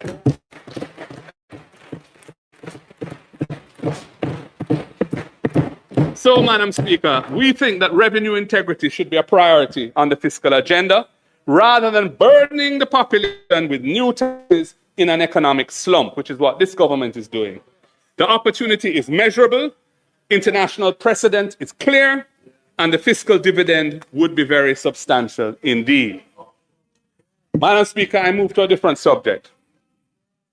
The massive Category 5 Hurricane Melissa is now estimated, as I've said, to have caused loss and damage to Jamaica amounting to US $12.2 billion, 2 trillion Jamaican dollars, 56% of our annual GDP. and it has set back Jamaica for years to come. The cost that lies ahead to rebuild and ensure against recurring Category 5 and strong storms will be very heavy also. So the question arises, can and will Jamaica have to bear this loss alone, this massive cost for destruction to which we contributed so little? Cat 5, Melissa, was not happenstance. It was not an accident. It was a result of decades of certain countries in the world, in the global community, stubbornly resisting scientific consensus that their carbon-releasing activities were leading to catastrophic changes in global climate. They chose to continue substantially unchanged, allowing fossil fuel-based economies to continue unabated, while effectively exporting the climate-related costs to less developed and vulnerable nations like ours and other small island developing states. In earlier times, Madam Speaker, Jamaica was known to have one major hurricane, that's Category 4 or above, roughly every 40 years. However, in the 37 years since Hurricane Gilbert in 1988, Jamaica has experienced 4 such systems. There were 2 Category 4 hurricanes, Ivan in 2004 and Dean in 2007, then 2 Category 5 hurricanes in successive years, Beryl in 2024 and the catastrophic Melissa in 2025. Hurricanes Ivan, Dean, and Beryl caused loss and damage to Jamaica of US $1.079 billion at that time. That was the estimate. Outside of some important voluntary contributions from third parties, which we honor and welcome, Jamaica has borne the cost of the expenditures relating to these disasters. Financing, mainly through loans, incurs interest and capital repayment, as well as sometimes conditionalities that fetter our room for maneuver. Jamaica has had to absorb these costs substantially on our own because, firstly, the link between CO2, carbon emissions, and climate change was not firmly established at that time. And secondly, the legal, scientific, negotiating, technical, and administrative capabilities were not in place to do anything about it. And thirdly, the international legal framework was still in negotiation. Madam Speaker, Hurricane Melissa has created a potentially game-changing shift. Among other things, firstly, Melissa did not follow the historical pattern of these major systems.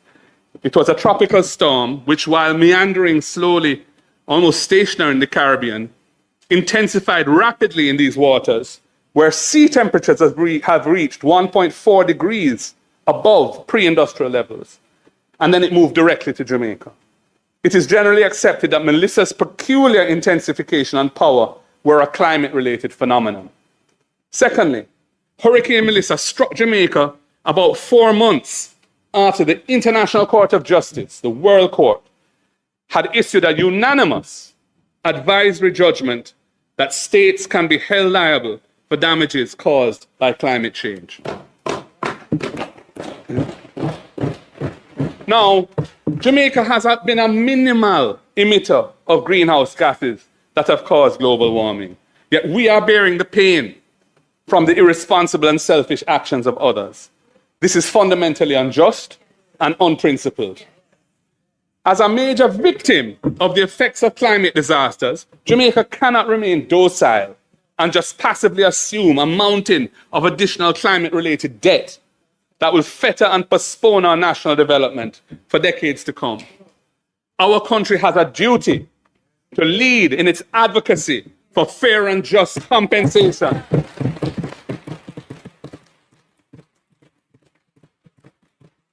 Fair and just compensation from those states who have put us and others like us in this position of extreme vulnerability. In our own interests, and out of a duty to other vulnerable countries like ours, which continue to bear the loss and damage from climate change and will continue to bear it, should now assemble a team of the most experienced legal experts and prepare a legal brief on the possibility of recovering compensation for the loss and damage inflicted on us by Melissa. The ICJ, the International Court of Justice, opened the door last year, and we must push that door further open. Speaker, the legal brief should consider the prospects of a case being taken to the International Court of Justice, relying on the responsibility of certain countries for the global temperature increases that resulted in the damage wrought by Hurricane Melissa. A decision of the International Court on this issue would be binding on the states found liable for the overheating that triggered Hurricane Melissa. That decision, which would be of considerable economic value for Jamaica, may possibly be obtained pursuant to the contentious jurisdiction of the International Court. It is not beyond imagination that could be done, and we owe duty to other countries and ourselves to see if it's possible. Alternatively, but in the same solutions-oriented spirit, the government of Jamaica should assume a leadership position to encourage the United Nations General Assembly to seek the International Court's opinion on the levels of compensation that major contributors to global overheating may be called upon to pay for loss and damage caused to individual countries by changing weather patterns. In the matter of loss and damage caused by the climatic effects of global warming, surely the law and equity are on the side of small developing states that have not contributed in any significant way to this phenomenon. It is the states which are responsible for major fossil fuel emissions who are causing the loss and damage from monster hurricanes like Melissa.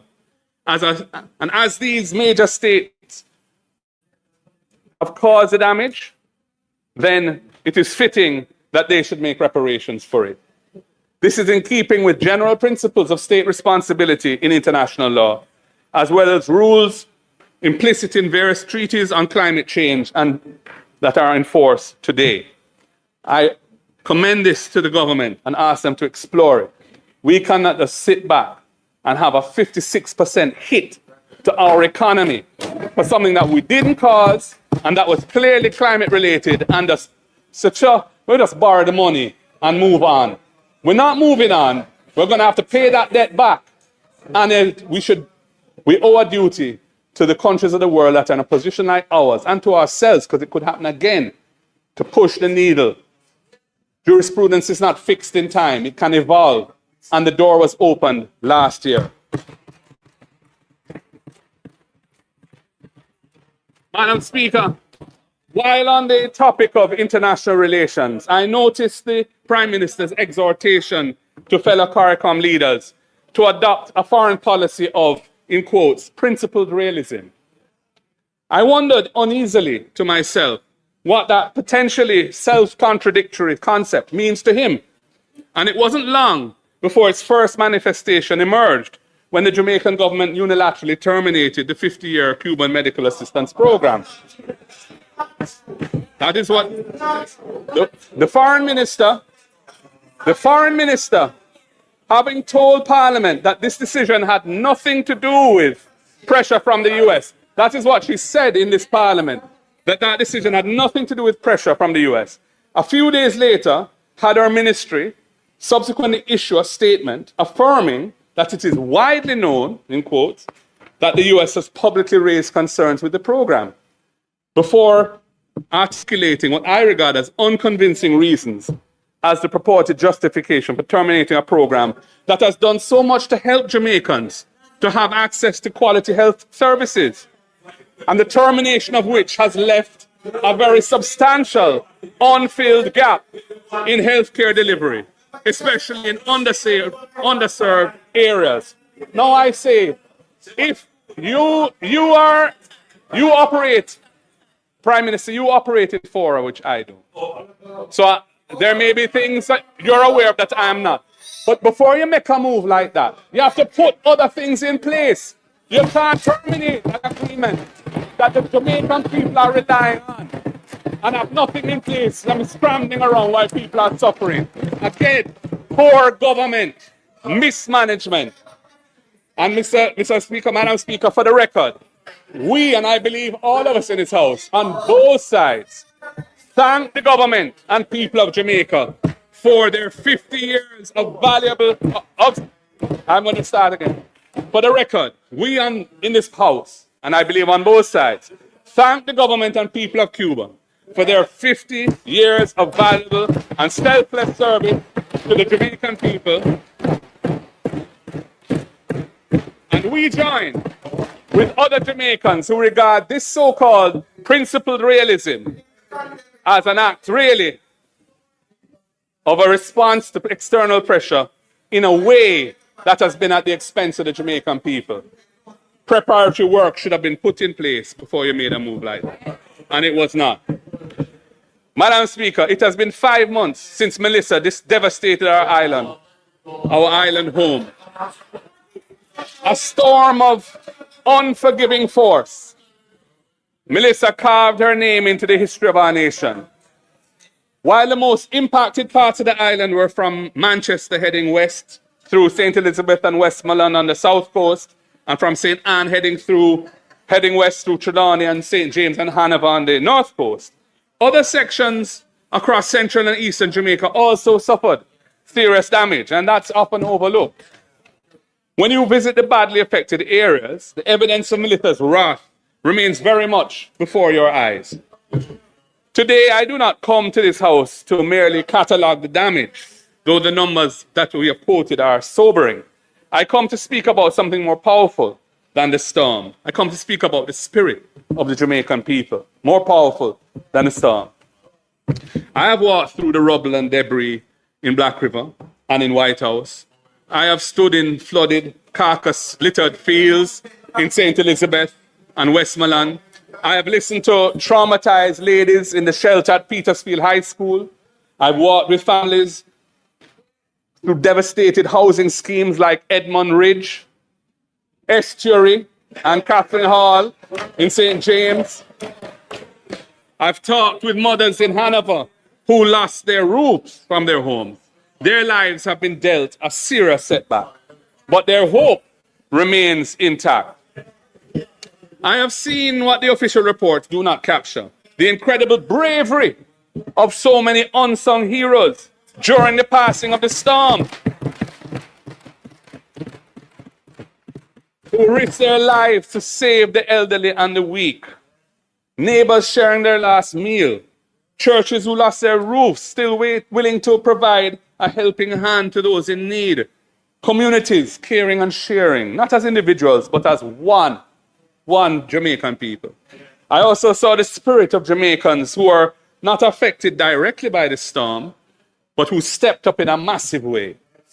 They filled barrels, boxes, planes, bags, trucks, cars, and headed to the worst affected areas to help. Our entertainment community were beacons of hope and help. And I want to big up the likes of Shaggy, Sean Paul, Spice, Buju, Bounty, Shensia, Russian, Kemar, Romich, and so many more. I want to big up NGOs like Food for the Poor, Hanover Charities, World Food Kitchen, and several others who have played a massive part, helping to fill the gaps that the state did not respond to. And then there are our extraordinary Jamaican people at home and abroad who lent a helping hand week after week to their brothers and sisters during a very frightening and difficult experience. We say to all of them, thank you. Thank you. Madam Speaker, a storm can take a roof or blow down a house, but it cannot break the spirit of a determined and resilient people. Our people remain unbroken, and so too does our resolve. We will not simply rebuild what was, we must build back better than before. This is not just a slogan. It must be a covenant, a solemn commitment that the hardship that our people have endured will not be wasted and allowed to repeat itself again. We must use this moment of crisis as the catalyst for transformation. The homes we rebuild must be able to withstand the next major storm. The roads we repair and restore must not just wash away with the next serious flood rain. Our party is committed to policies and programs that will build an economy that works for every Jamaican, not just the privileged few. In this post-Melissa period, every policy that I outline today, every program that I propose is measured against one question: does it help build us back better than before? That's the question. Does it help us build back better than before? The state has a fundamental responsibility to the people of Jamaica amidst the devastation and loss suffered by so many. Resilience without resources is rhetoric, mere rhetoric. The people need more than speeches. They need prompt and effective action.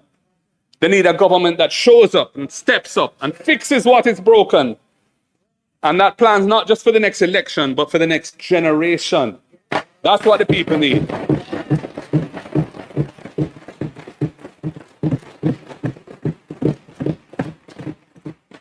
So how do we... Yes, I will.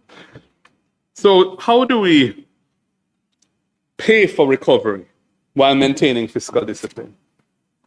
I have been in Parliament long enough, nearly 20 years now, between the Senate and the House, to know that prices without numbers are just noise. The PNP understands that every dollar spent must be generated by sustainable sources of revenue and fully accounted for. It was the PNP that enacted the current form of the fiscal responsibility framework. We did that, not you. You went partway. We took it to where it is now.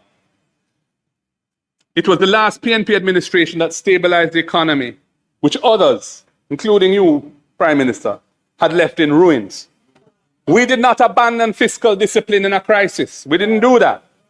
We applied it with greater discernment and precision, because building back better than before requires not just vision, but the credibility to finance that vision responsibly. The hurricane has damaged our infrastructure, but it must not damage our future. We must manage our resources with the care of a good mother, how she manages her household, knowing that recklessness today means greater problems tomorrow.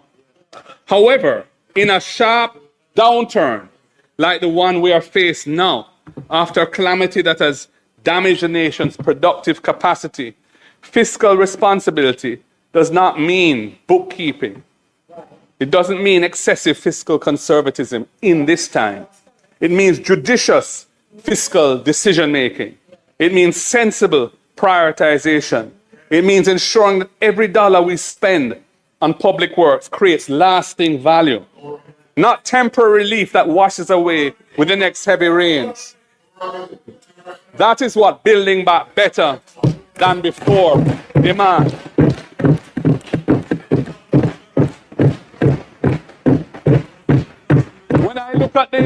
When I look at the estimates of expenditure that were tabled in February, I have to ask, where is the vision for recovery and reconstruction? Where is the strategy to guarantee that the houses we rebuild will stand for generations? We are offering not just criticism, but a credible alternative. Resilience built in, not added on. And this must be done while protecting the fiscal gains that Jamaicans have sacrificed so much to achieve. They're not your successes or our successes. They are the people of Jamaica's successes. Those are the ones that have delivered us where we are now. And so I'm going to just go through some of our ideas around how we should proceed. Madam Speaker, there is no development without energy. Energy. Jamaica's economic development is being retarded by the high cost of energy. Jamaicans pay some of the highest electricity prices in our region. This is not a fact that we must accept. This is a problem that we must solve. There will be no affordable energy without competent, bold leadership. To power our recovery and a more productive and competitive economy, we must build back better than before. The current license with the Jamaica Public Service Company expires in 2027. This is just around the corner. The next license must be negotiated with one overriding objective: to reduce the cost of electricity for Jamaican households and businesses. That is central to being able to build back better than before. The transition to renewable energy has to be accelerated. Jamaica is blessed with ample sources of solar, wind, and other renewable energy.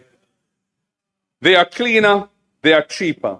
And as the current war rages in the Middle East, Jamaica remains way too vulnerable to external shocks that cause sharp, painful, and economically debilitating spikes in the price of oil and gas. that we import to fuel our imbalanced energy sector. And I have to remind the House, it was us who passed the Electricity Act in 2015 to modernize the framework. Aspects of it have not been rolled out all now. Certain codes have not been developed and so on. And we were the ones who established the General Procurement Office to ensure that new projects to build out productive capacity in the energy sector could be done transparently and efficiently. But it has been an absolute disaster, the way you've managed it over the last 10 years. There have been for 8 years, there was no RFP issued. And we've been stagnant in the same mix, essentially, other than the projects that were initiated under us and came to fruition a few years after. You should be issuing utility scale requests for proposals every 2 or 3 years, ensuring a steady pipeline of new generation capacity. This modern, forward-looking approach is how we would build back better than before.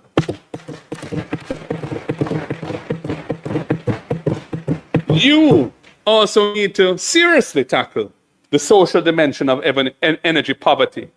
Tens of thousands of Jamaican households remain informal customers, living in fear of fires and disconnection.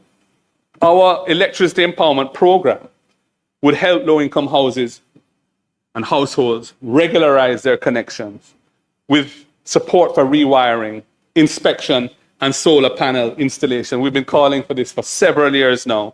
You made a small start last year. It's kind of faltered. In my own constituency, I was one of the first people to write in with a proposal for the program that was announced last year to be rolled out in my constituency. I've heard nothing since. You also, I should say that our electricity empowerment program would help low-income houses regularize connections, supporting rewiring, inspection, and solar panel installation. This is not just about reducing electricity theft. It is about restoring dignity and security in people's homes.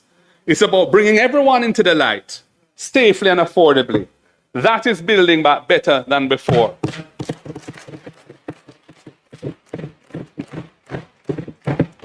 Madam Speaker, looking at the health sector, Jamaica's hospitals in the public health system are in a shockingly bad state. Corridors are filled with patients. Vital equipment either doesn't exist or is not in good working order. The staff are doing the work of 3 people each with the resources of 1.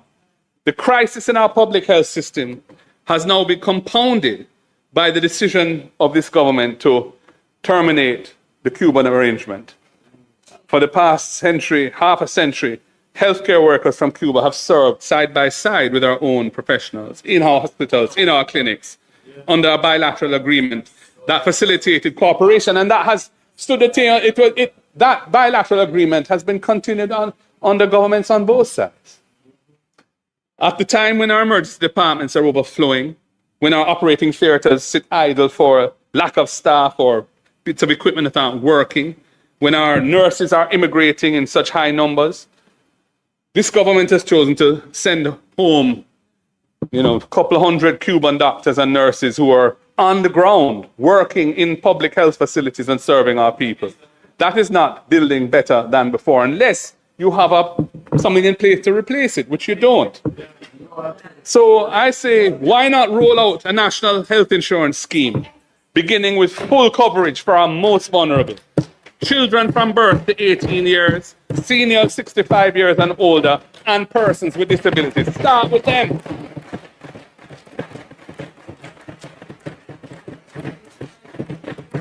This expansion of coverage should be a cornerstone of building back better than before. If it can't be done in this fiscal year, then do it in next. But get started. It requires a lot of work to do it.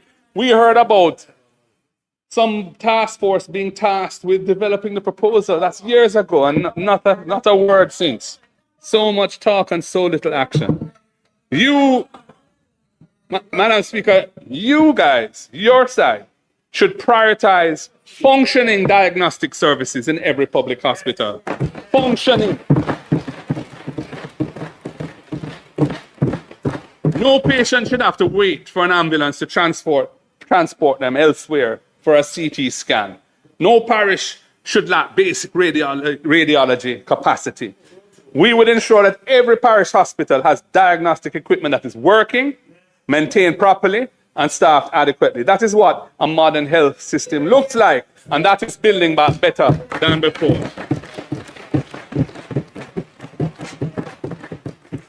You know, and we have this Cornwall regional debacle going into its umpteenth year. I don't know how many years since that project started with a $2 billion budget.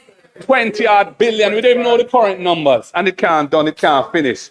Now they talk about some dome as a stopgap measure. Well, yeah, great, but finish the project, man. We need proper accountability. Somebody's held responsible for the mother of all overruns.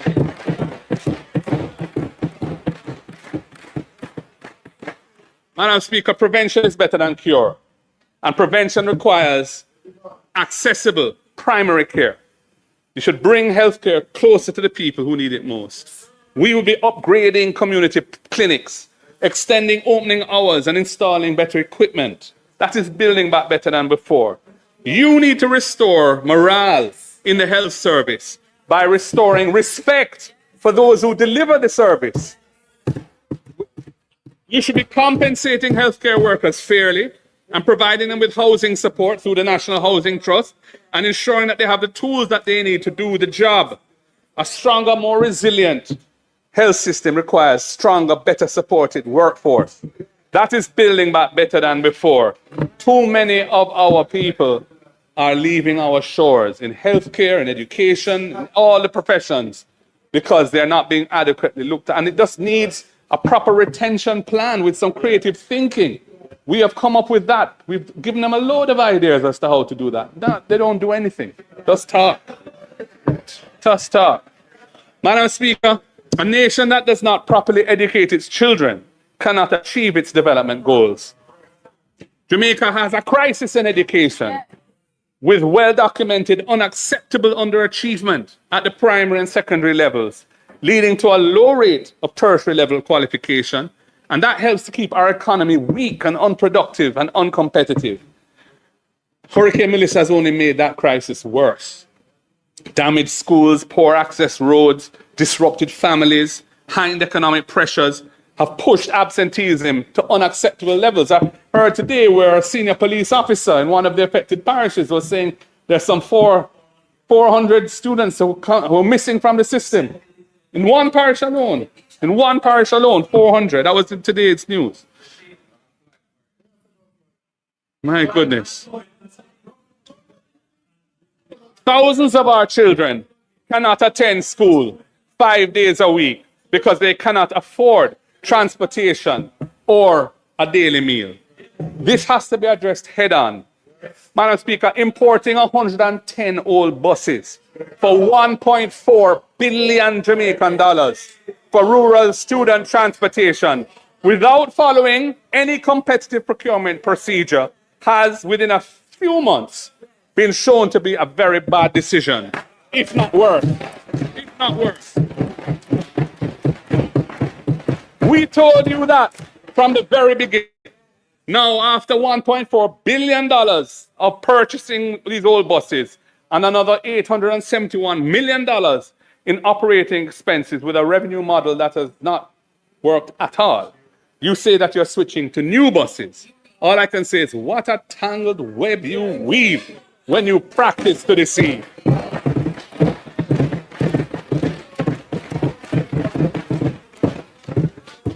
Madam Speaker, our plan would have given the people the Rural Initiative for Delivering Education, we call it RIDE, to provide transportation subsidies, initially for 20,000 vulnerable primary and secondary students who are outside of the JUTC network.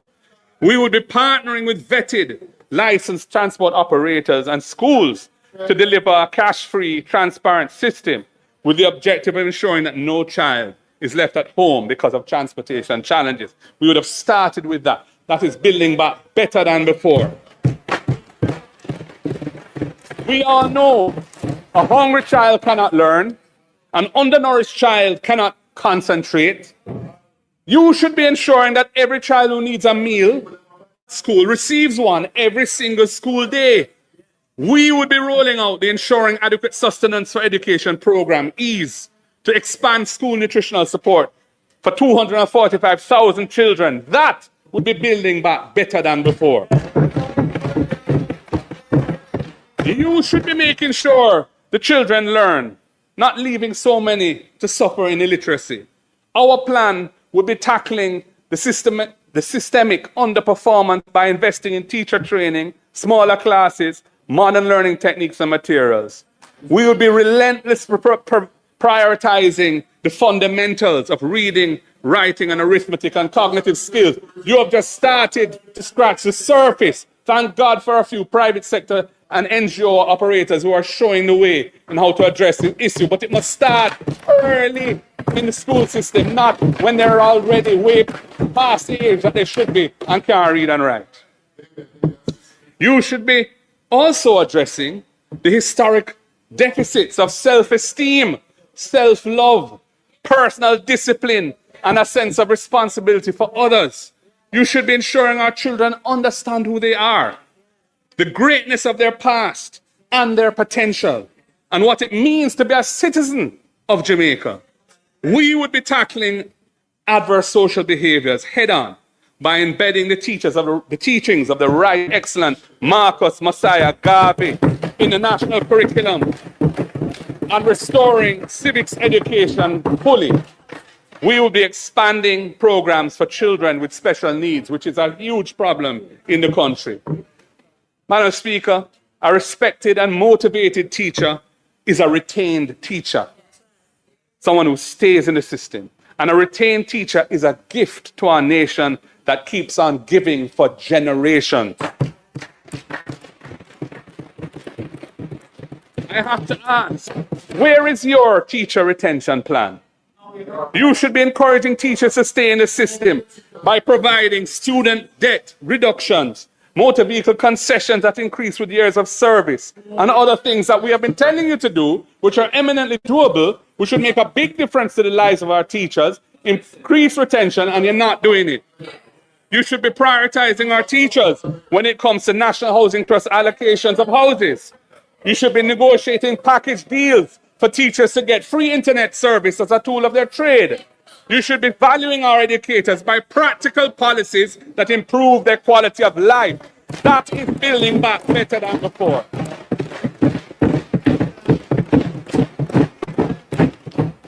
Madam Speaker, only about, I think it's 21% of the eligible population is enrolled in tertiary education, only 21%. And only 15% of the total workforce holds formal tertiary level qualification, 15%. Jamaica cannot move up the value chain and create an economy that delivers wealth for all our people without expanding access to tertiary education and training. Can't be done.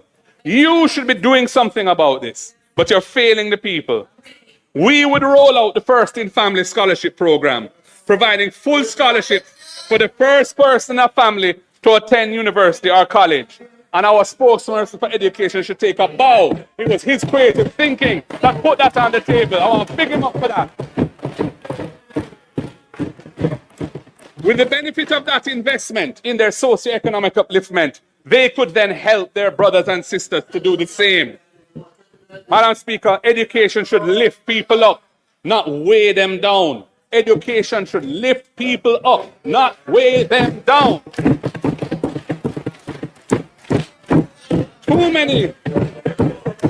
Too many graduates are suffering under the weight of student debt. You need to do more for them.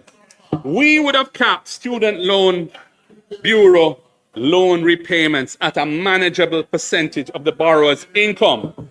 We would have suspended their payment obligations during periods of unemployment, taking the risk of economic malaise off of the student and onto the state where it belongs. And we would not have charged them penalties for that suspension of their obligation. We believe that creating accessible transition from education to employment is building back better than before. We commend our ideas to you. Madam Speaker, Hurricane Melissa did not only destroy homes, it damaged livelihoods.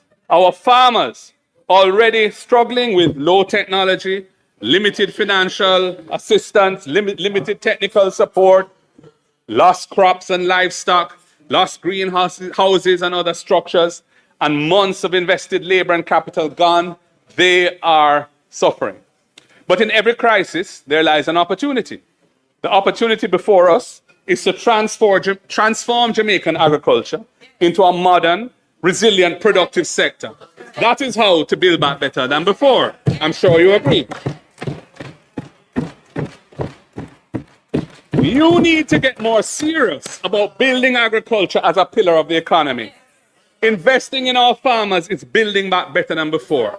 We would have established an agricultural development fund financed by a reallocation of a portion of existing import taxes on foreign food and investing those import taxes in our own production and our own farmers and uplifting them. That's what we would have done.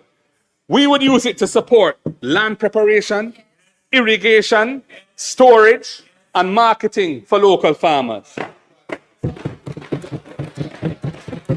We would be reducing post-harvest losses from 30% to 20% or less in 5 years. We would be expanding irrigation from the current 18% of arable land to at least 25%. Water security enhances food security, and that is building back better than before. Speaker, you should be deepening on that side, should be deepening and strengthening the linkages between farmers and consumers. The school feeding program should prioritize locally grown, nutritious food. Empower our farmers and feed our children. Hotels and restaurants should be encouraged and supported to buy Jamaican. It's hardly happening. Special economic zones should be established for agriculture. Special economic zones should be established for agriculture, focusing on export crops where we have a competitive advantage. And there are several where we have a competitive advantage. But production levels are so low compared to even 20 years ago. Agriculture is really not going where it needs to go. For example, yam, spices, orchard crops, and medicinal cannabis. I hope you make a difference in that area, because your predecessors have been hopeless. I'm really looking forward to seeing you make some progress. Wants the action. Creating these linkages and markets would be building back better than before.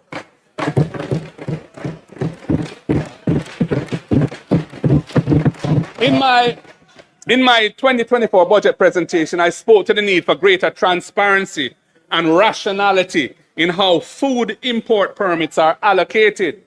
Imported produce that competes with local farmers raises serious issues of fairness, as the playing field is not level when farmers in North America and Europe benefit from massive state subsidies alongside other advantages such as economies of scale. The system of granting import permits is also conducive of corruption. At that time, when I said it, onion imports were causing losses to farmers when there was ample local supply. It is distressing to read in the media once again of a large onion farmer thinking of giving up agriculture and going into another, in the minister's well, there you go, going into another profession because of the market being undermined by cheap imports. Madam Speaker, this is not just bad policy. It is infected with nepotism. I have seen the customs declaration for an imported shipment of 1,300 bags of onions brought in by a communications company owned by a JLP activist and former MP. I've seen it. I can share it with you if you want to see it. The system of granting import permits needs to be overhauled and put on a transparent footing. And Madam Speaker, priority must be given to importers that represent and support the affected farmers, not politically connected margin gatherers. If you get the privilege of making money out of imported food, those profits should be in the agricultural sector to help build it.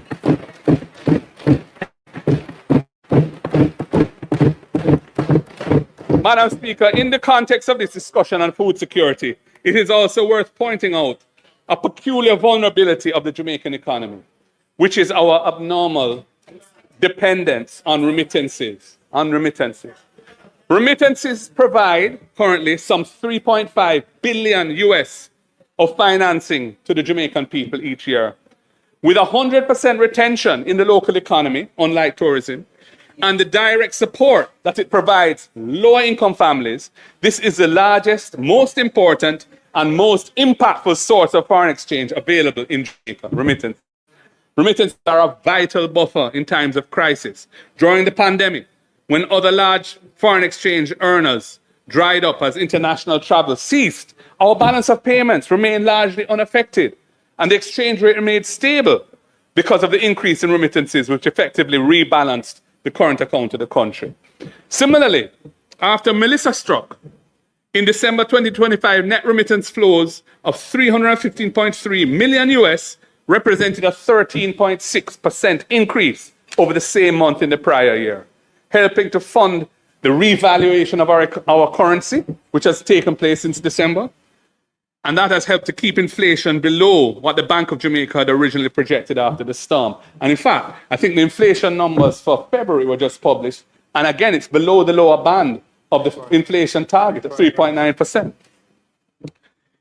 Even in normal times, remittances help to sustain our current account balance and finance our imports, including $1.4 billion of food imports, which amount to nearly 20% of total imports, something which we cannot continue to allow. It's not sustainable, and it is depriving value added and wealth creation in our economy. But we have to big up and give thanks to the Jamaican diaspora for their commitment to their home country.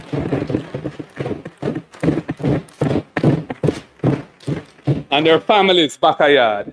Their role in our economy is fundamental, and they deserve to be treated as worthy partners and facilitated in their participation in national development. At the same time, we must acknowledge that over the medium to long term, remittance flows are vulnerable to external shocks. We can't assume we'll always have that. We are seeing this with the recent 1% tax on certain remittances in the US, which came into effect in January, the intensification of deportations from the US. Madam Speaker, as generations evolve from persons who were born here to their descendants whose ties to Jamaica are necessarily less direct, it will also have an impact. This means that in building back better, we must be mindful of the strategic imperative of reducing our dependency on imported food and imported energy, and drive a fundamental shift towards greater production to meet our population's needs for energy and food. Time come for that. We have been dragging our feet too long.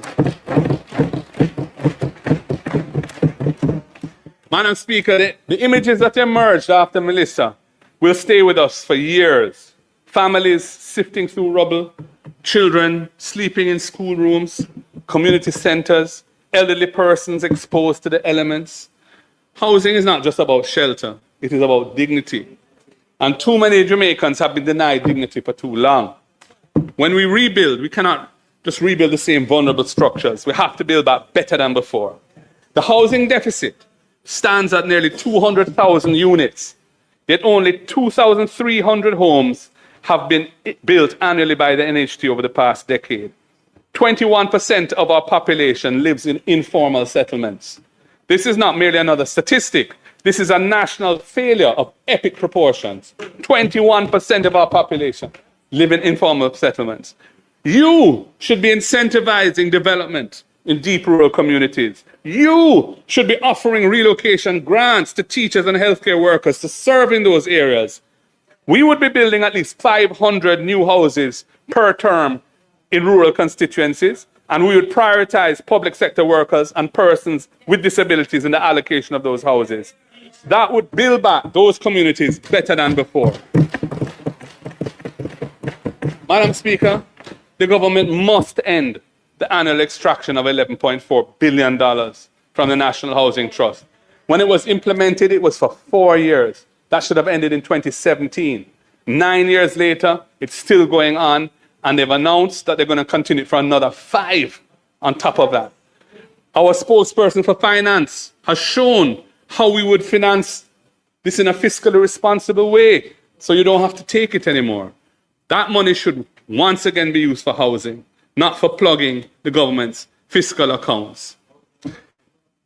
Creating new affordable home ownership is the only way we ensure that Jamaicans who are toiling day and night to get ahead actually have the opportunity to own their own home.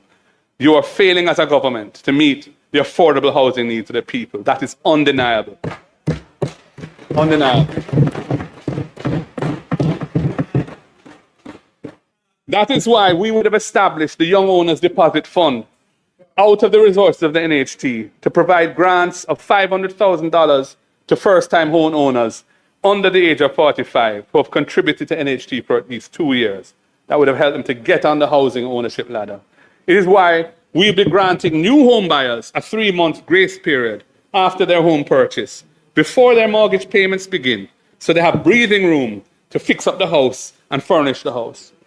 It is why we would have rolled out the rent-to-own program so that self-employed and informally employed Jamaicans can become homeowners. After 6 months of consistently paying rent, they would be qualifying for an NHT mortgage.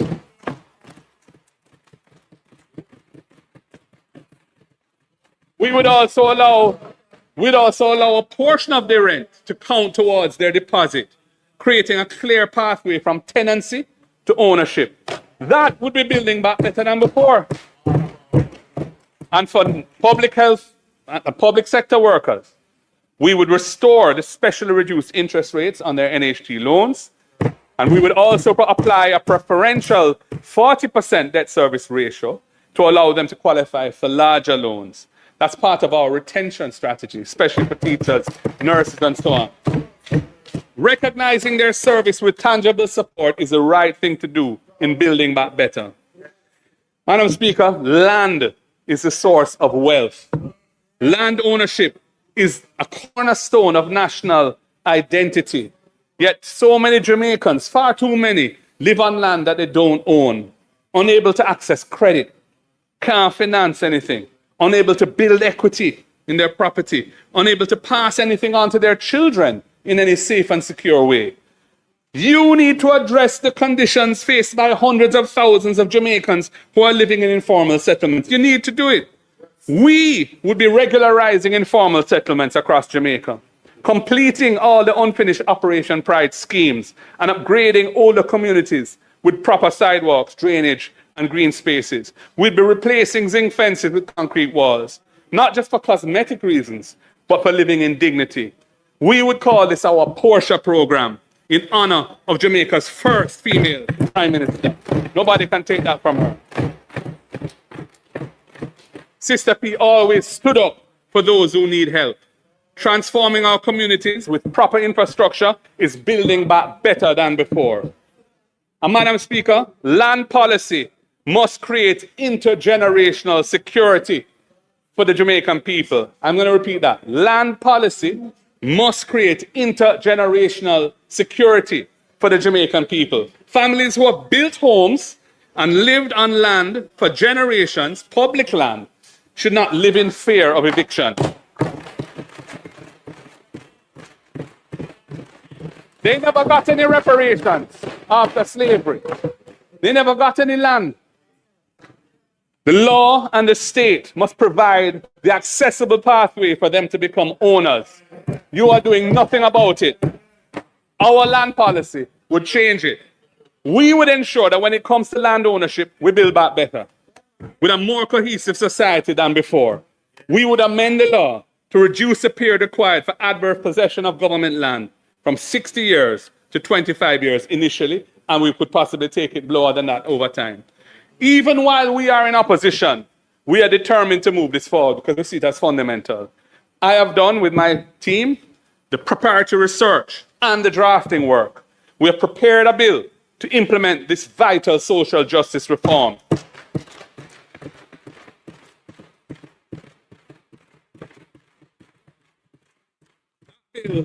That bill will seek to amend 3 pieces of legislation: the Limitation of Actions Act, which is over 100 years old, the Registration of Titles Act, which is also over 100 years old, and the Cadastral Mapping and Tenure Clarification Special Provisions Act, which is a big mouthful, but it deals with land titling. I will be tabling that bill as a private member's bill after this budget debate, and I'm going to seek support from both sides of the aisle for this reform.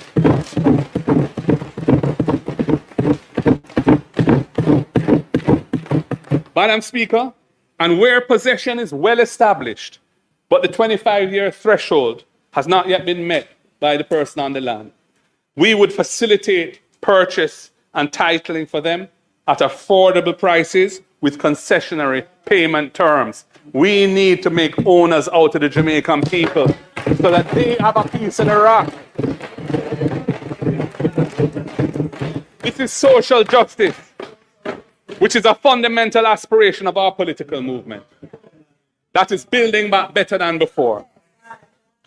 Madam Speaker, after 10 years in government, what have you done about beach access in Jamaica? More and more beaches are being taken away from the public. Our people are crying out for access to the beaches of the island. You've been dragging your feet on this issue for years.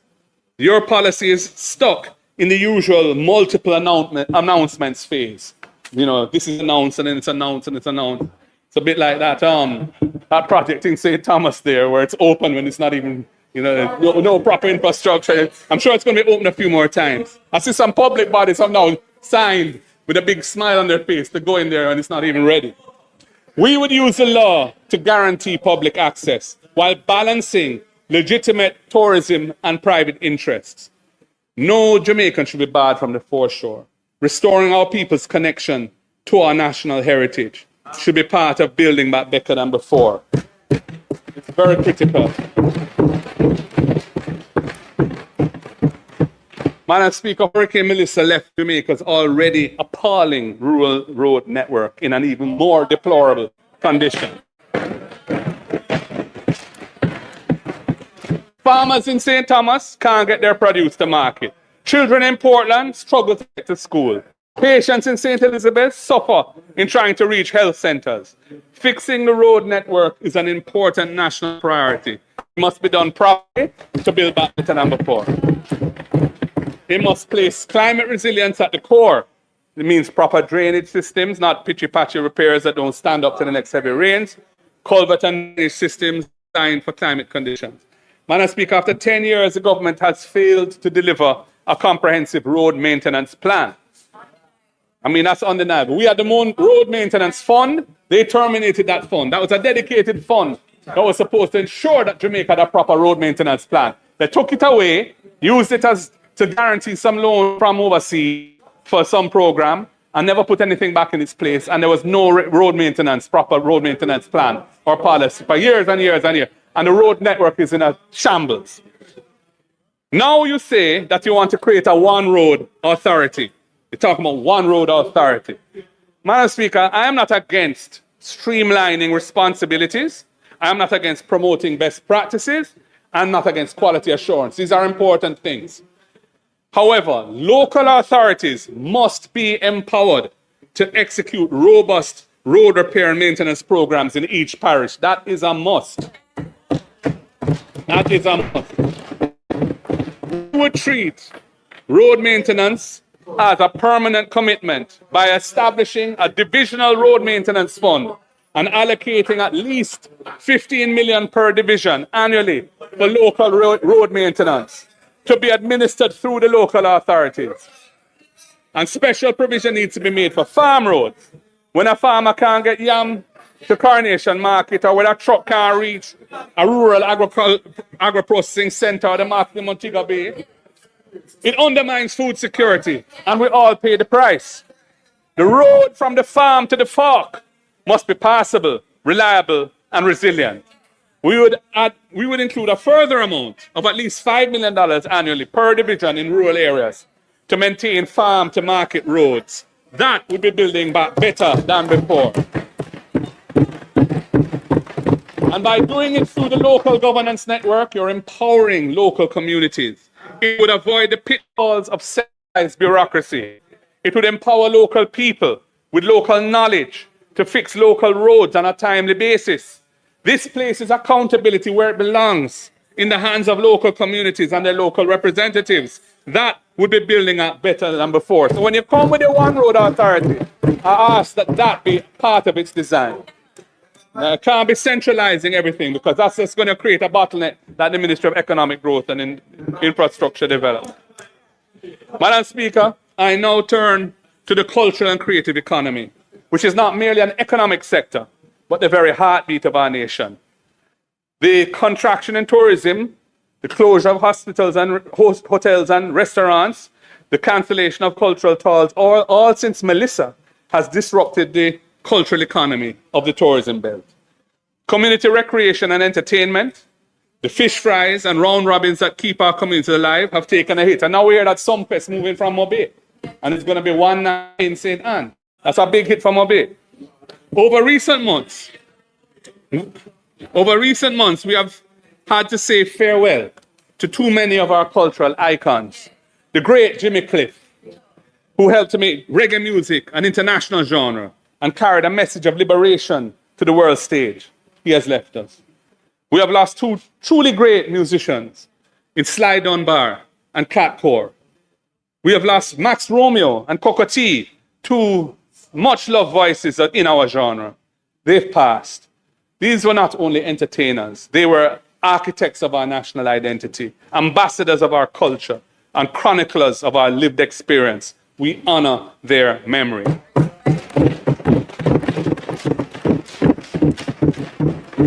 It is in this context that I renew my call, made in this House repeatedly over the past years, for the conferral of the Order of National Hero on the Honorable Robert Nesta Marley and the Honorable Louise Bennett Coverley.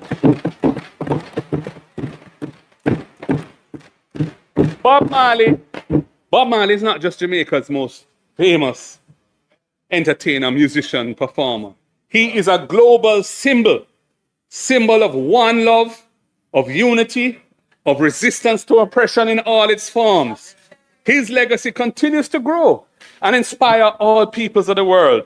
He is deserving of our highest national honor.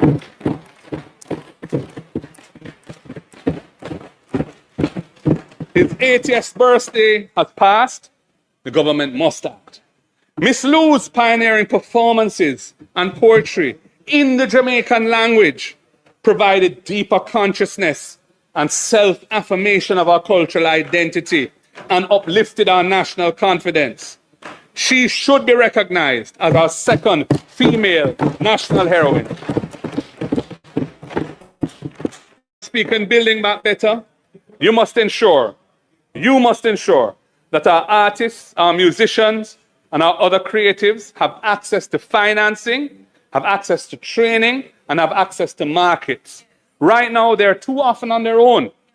We would establish a $1 billion revolving creative economy fund to support our creative practitioners in the entertainment, in arts, in fashion, in culture. Investing in our globally competitive cultural assets will help to build back better than before. Madam Speaker, the current system for obtaining permits for entertainment events is fragmented, frustrating, and often unfair, especially in communities that are stigmatized, like some that I represent. The system needs to be made simple, it needs to be transparent, and it needs to be fair. Why haven't you fixed it after 10 years? We need less talk and more action. Our plan would have seen us establish a single window, one-stop permit system for entertainment event applications, transparent and fair. We would build back a cultural economy better than before, because when we invest in our culture, we nourish the heart and soul of Jamaica. We recognize the importance of culture and the creative industries in general, and the entertainment sector in particular, in providing livelihoods and driving commerce at the base of the economy. It is a very important sector. Madam Speaker, I move to small business. If you want to gauge the buoyancy of the Jamaican economy, look at the stock market under this government. This government has presided over 5 years of dormant valuations, sluggish listings, diminishing returns, and wealth. But what about the market vendor, the corner shop owner, the mechanic, the hairdresser, the small contractor? These should be the real engines of our economy, but they are struggling. You must empower MSMEs with concrete, practical support. Jamaica's informal economy has been estimated at 40% of the overall economy. This inhibits, I remind you that in 2015, Jamaica had the best performing stock exchange in the world. Don't forget that, because you like to revise history. But we're not letting you do it. Jamaica's informal economy is estimated at 40% of our total economy. This inhibits national development because informality is a restriction on the scope for business expansion. These businesses are often excluded from the financial system and from opportunities to build market share, and it contributes to our weak economic growth. The informal economy, Madam Speaker, the informal economy is large, not because Jamaicans want to be outside the system, but because the barriers to formalization are high and the incentives to do so are unreachable. The cost of compliance when MSMEs seek to formalize, both in terms of fees, in terms of effort, are burdensome. Too many of Jamaica's bureaucratic systems are business unfriendly. Even government programs for MSME support that are announced and funded year after year have failed to have desired impact. Their design and the requirements imposed fail to take the limited capacity of MSMEs into account. And so we don't have transformation. We don't have transition to an economy. You must lower these costs and remove these barriers. That's your job. That is what we would be doing. That's what we would be doing. We would offer a 3-year tax holiday for businesses once they formalize their operations. We would provide discounted government registration, permit, and licensing fees for doing business throughout the same period for new businesses coming into the fold. We would be building back better than before and empowering the economy at the base. This government, and every government, spends billions of dollars annually on goods and services. Small businesses should get their share. The law to allow this has been in place since 2019. We modernized the procurement system with the Public Procurement Act. Regulations took a long time to come after we did that. 2019, they came with provisions for setbacks and margins of appreciation for vulnerable and underserved groups, etc. 2019, nothing has been done to make it happen. 7 years later, you're saying you want to do it now. Well, let's see. This cannot be just mere talk and more of the same. You should be proactive in pushing these arrangements to favor MSMEs. Earmark 15% of government contracts for MSMEs. Actively monitor that target to ensure that it happens. Don't just set a target. Monitor the target, and it's not on track. Why is it not on track? What adjustments need to be made to make it happen? That's what we would be doing. That is building back better than before. Madam Speaker, our young people in this country have ideas. They have energy. They have talent. They need capital. They need mentorship. What are you doing about this? I don't see nothing. Way too little. We would have established a revolving $1 billion National Youth Innovation Fund to support youth-led tech and creative startups, empowering our youth to innovate and lead. That would be building back better. You must do something for the young people. I move to workers' rights and the dignity of work. Madam Speaker, the labor movement worked to build modern Jamaica. From the struggles of 1938 to the trade unions of today, workers have fought for every right they enjoy. But those rights are under threat.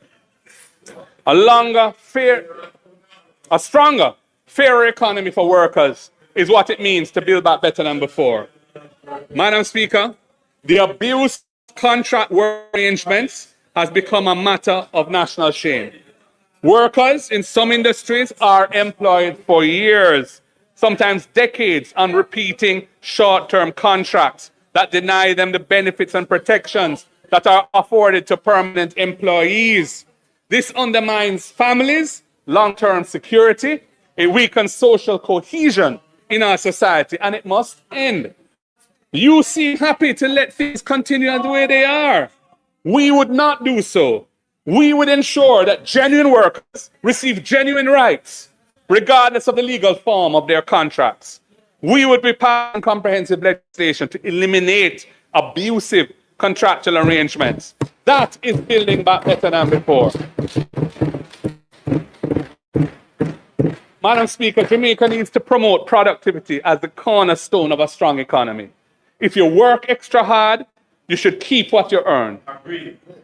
What are you doing to incentivize greater national productivity? That's what I want to know. What are you doing? We would remove taxes on overtime pay for persons earning up to $6 million annually. We would remove tax from tips and gratuities for hotel workers and others in the hospitality sector. We would establish joint industrial councils in sectors with high employment but low union representation, bringing employers and workers together to negotiate basic standards on pay and conditions that will attract workers to those industries. Right now, they're struggling to find employees because the conditions of work and other terms are not attractive. That needs to be fixed. That is building back better than before. Madam Speaker, no Jamaican in full-time employment should be living in poverty.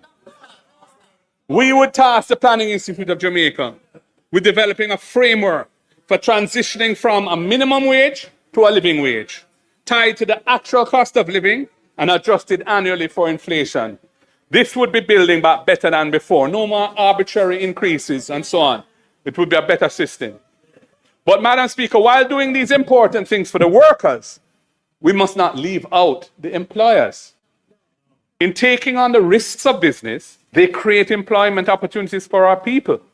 They tell us that one of their biggest challenges right now is finding skilled workforce, a skilled workforce that their business needs. Our economy generally, and reconstruction after Melissa in particular, requires skills that have been depleted in this country by years of migration and the mismanagement, quite frankly, of the national training system. Part.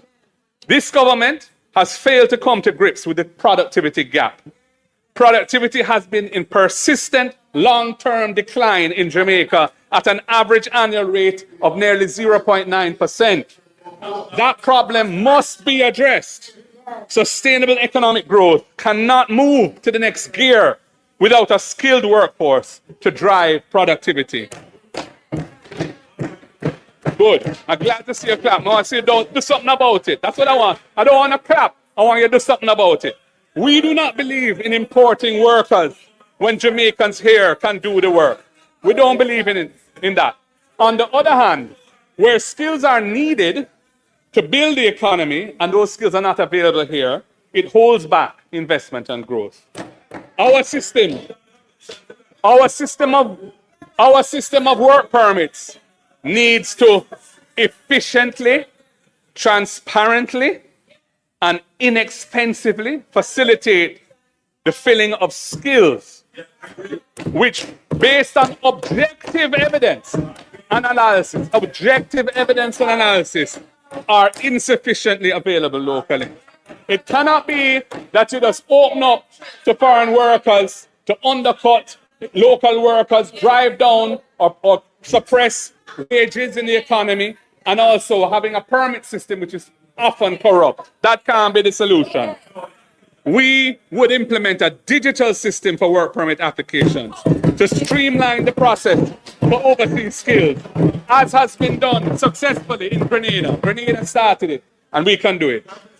While this will help to drive economic growth in the short term, importing skills cannot be a substitute for building and retaining local capacity.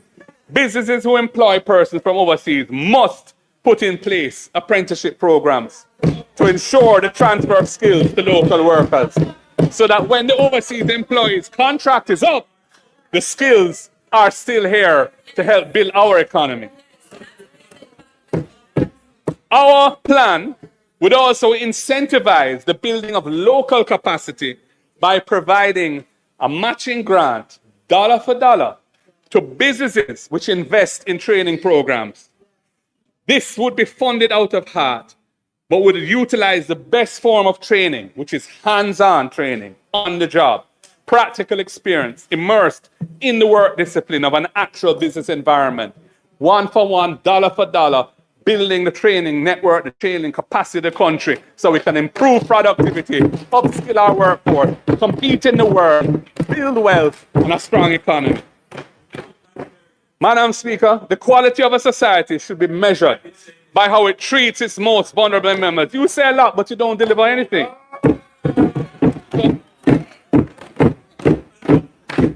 Our senior citizens, much of whom have spent their working lives building this country, too often struggle to access their pensions on time.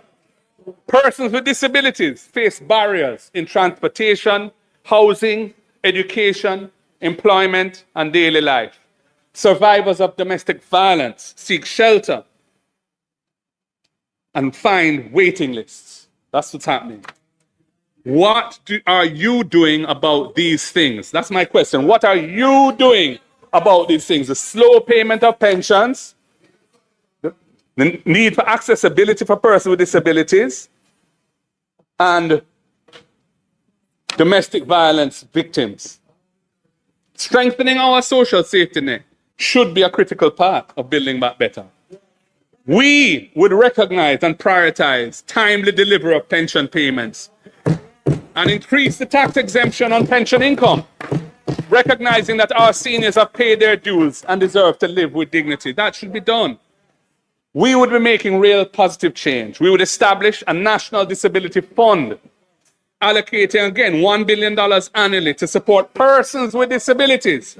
You see, when you target resources, it's not huge sums of money, but when they're targeted to areas of need, it can really make a massive difference. And that's what needs to happen.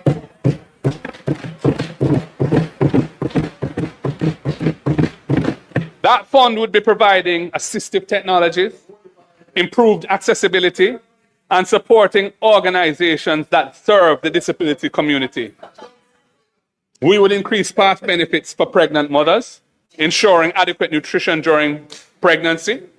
We will establish support centers in every parish for survivors of domestic and gender-based violence, providing safe havens, counseling, and legal support. Every parish should have a center for that type of care and protection, because gender-based violence is a big problem right across the country.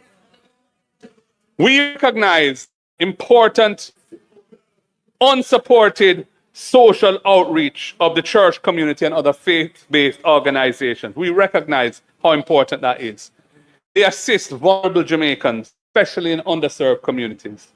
We would be establishing a faith-based community transformation fund, funded with $1 billion annually, to support the programs of churches and faith-based organizations that strengthen families, that promote economic resilience, and build community cohesion. They are filling a massive gap in underserved communities, but they struggle. They could do so much more. They have the wherewithal, they have the good intent, they know the people on the ground. The state should get behind them and help to make them make a big difference. Madam Speaker, these are measures that would build back better than before. Now, all well-thinking Jamaicans, welcome and celebrate the significant fall in murders in Jamaica over the past 2 years. And that is after 8 years of questionable policies, using states of emergency as a routine policing tool that the Constitutional Court has ruled to be unlawful. I once again want to extend congratulations to the Commissioner of Police and those brave and selfless police officers for this significant achievement. Respect is due to them. Madam Speaker, the policy of focused deterrence, which we have been calling for some time, has brought results. However, few people are comfortable are comfortable with a very high level of police fatal shootings. Sometimes in circumstances where there are no living witnesses other than the officers involved. Sustained success in law enforcement. Sustained success in law enforcement requires the support and buy-in of the local population. It does. You can't have a sustained program without the support of the local population. And that support will be at risk if there is a feeling that accountability and justice are being sacrificed. And I've experienced this recently in my own constituency. It's a matter that is probably going to be before the court and so on. I'm not going to speak to it in detail. This is why I once again call for the introduction of body-worn cameras, especially on special operations, when many of the controversial fatal shootings take place. If it's not happening, don't tell me it's happening. Body-worn cameras have been successfully used overseas and are now the norm in several jurisdictions. Madam Speaker, the Jamaica Constabulary Force will benefit. The force will benefit from the enhanced confidence that it will bring among the population when they are assured that there is accountability on both sides for what happened and that they are here to serve and protect. It is a win-win, and I encourage the police to roll it out quickly. Madam Speaker, thousands of Jamaicans are trapped in a cycle of debt, which prevents them from moving forward. They owe property taxes, they owe traffic tickets, they owe water bills, they owe student loans. Interest and penalties have often grown larger than the original debt, and they cannot see a way out. Providing a genuine second chance to these Jamaicans so that they can start over again is a powerful way to build back better than before. We should offer them a second chance, or a clean slate. We would give people some room to restart and recover. We would forgive outstanding interest and penalties owed to government on these debts. And we would provide a moratorium payment for the repayment of principal. This is an investment in economic activity. When people are free of the weight of unpayable debt, they can start to build back their lives. Most often, they benefit from learning where they went wrong before and avoiding repeating those past mistakes. You won't get 100% improvement, but in any good idea, if you're getting majority benefits, and that's worth doing, many will start businesses. Some will buy homes. They will contribute to the economy. Madam Speaker, clean slate is not just compassionate. It is economically sound.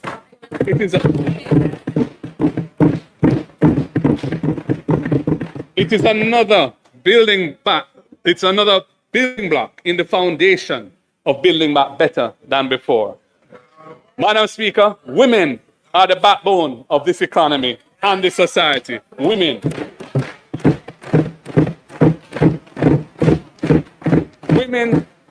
Women run our market. Women create new businesses as entrepreneurs, including in agriculture. They staff our hospitals. They lead our classrooms. They shape businesses and corporations. They basically are the majority in the judiciary, in the civil service. They hold families together. Our women are real superstars. Yet the data shows starkly that systems and structures of our society are failing women in several respects. 1 in 4 women will experience inter-partner violence in their lifetime. 1 in 4. Women earn less. Women earn less than men for equivalent work. They are overrepresented in informal employment without access to pensions, health insurance, or housing loans. They bear the primary burden of unpaid care work in the home, and that limits their ability to participate fully in the economy.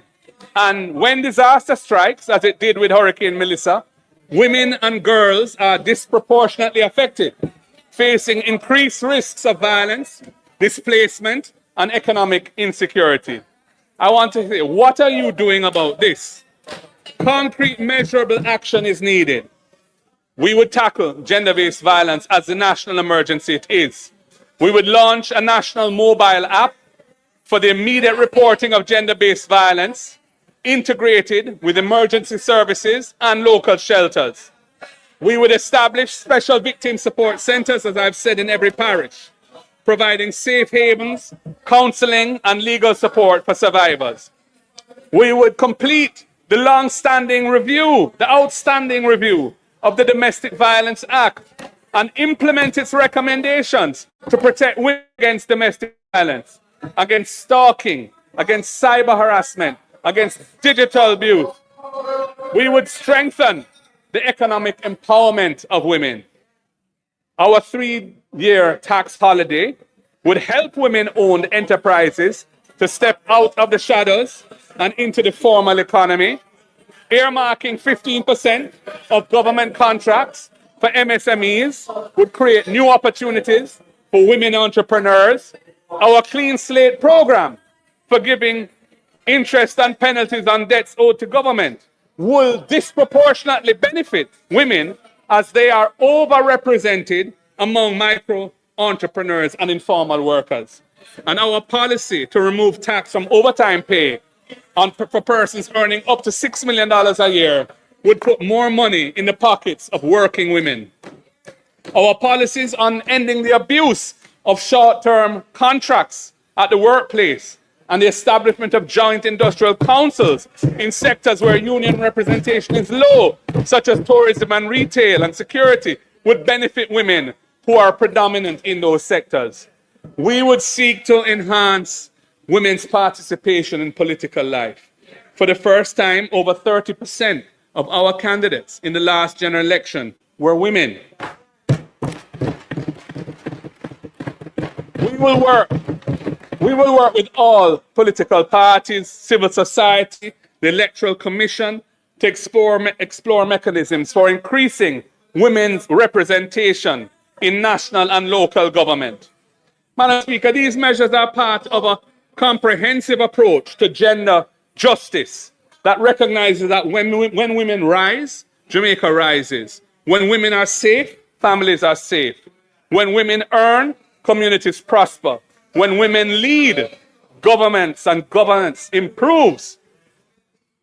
Because building back better than before means building back fairer, building back with justice, building back so that every Jamaican, regardless of gender, can live in dignity, security, and hope, there must be an activist policy in this area. That is our commitment, and we are assured that it would mean building back better than before.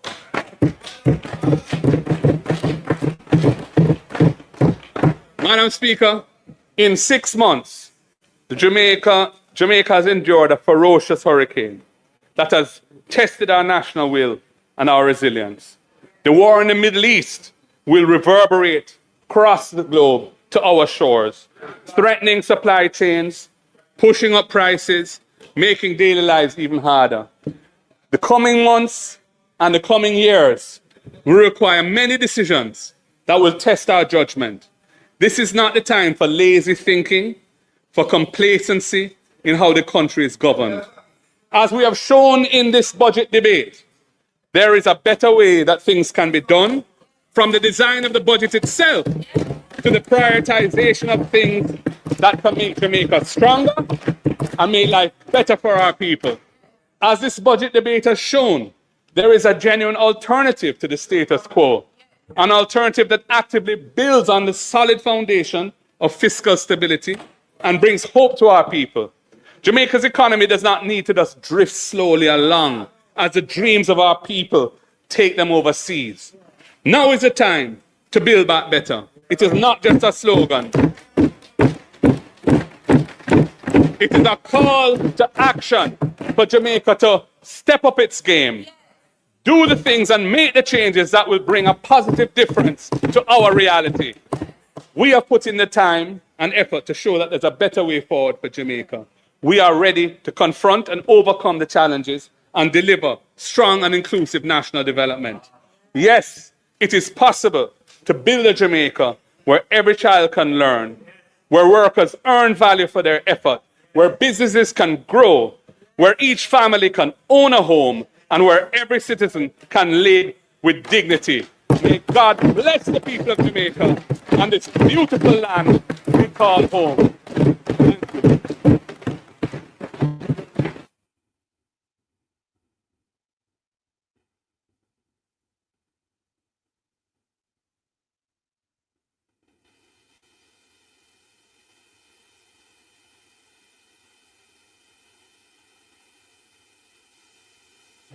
House Leader. Madam Speaker, we thank the Leader of the Opposition for his presentation. We will return to the House on Thursday, when we will be addressing the budget debate by the Prime Minister of Jamaica.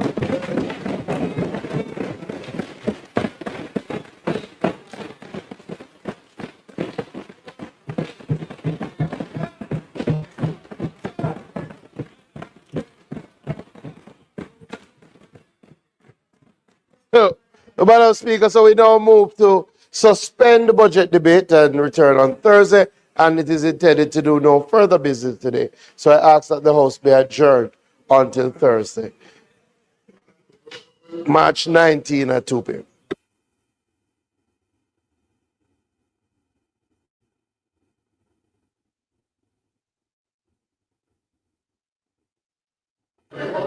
As indicated by the House Leader, the request is that we suspend the debate until Thursday, March 19. Those in favor? Those against, the ayes have it. We now move for the adjournment of the House, which will meet Thursday, March 19, 2026 at 2 p.m. sharp. Those in favor? Those against, the ayes have it. This honorable House now stands adjourned.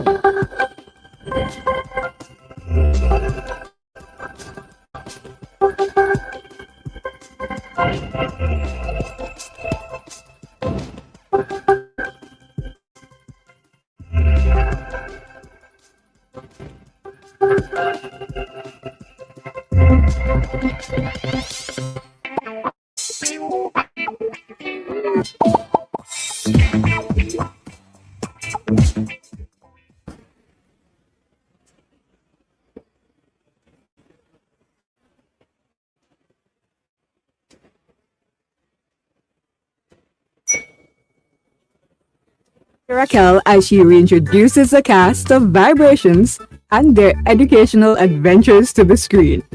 See Ronson and the gang experience the world of firsthand through interviews and interactions. Vibrations, where kids are taught about the world from someone they can relate to. Join us every Friday at 3:30 p.m. to hang out with your big sister Raquel and the kids of Vibrations. Right here on PBCJ, the People Station.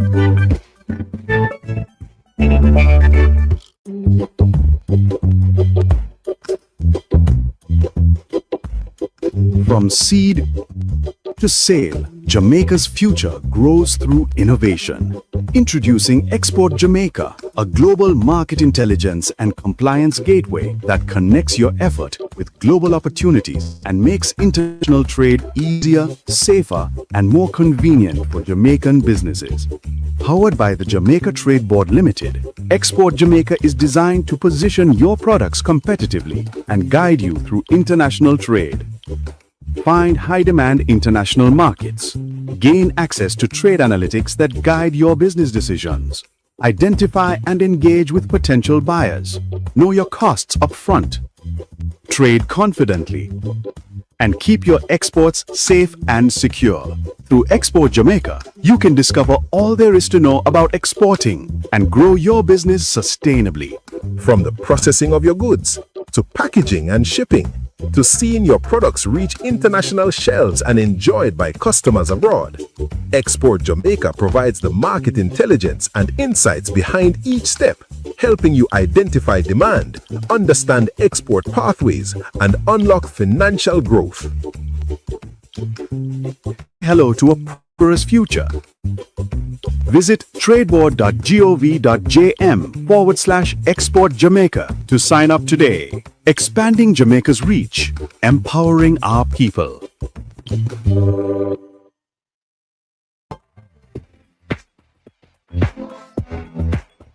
Jamaica is on the move with a smarter and cleaner transportation. The government is enhancing the JUTC fleet with 100 new CNG buses with 10 specially outfitted for the disabled.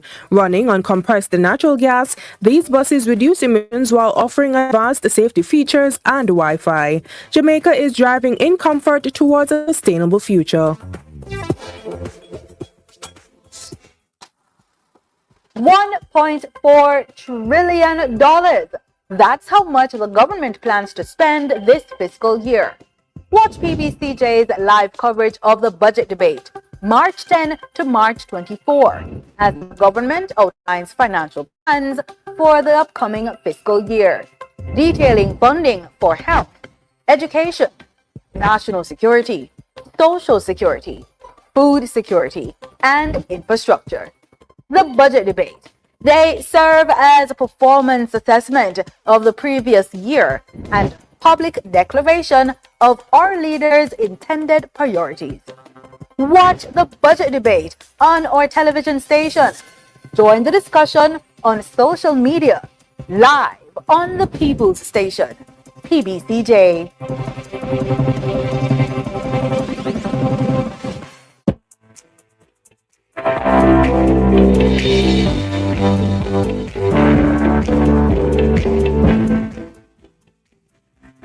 For our credit report tip of the day, climate change is not only an environmental challenge, it is a financial resilience test, and credit plays a critical role in both preparation and recovery. Upfront investments such as solar energy, water catchment systems, home hardening, and insurance deductibles often require access to affordable capital, while post-impact recovery demands fast, flexible financing to restore housing, income, and stability.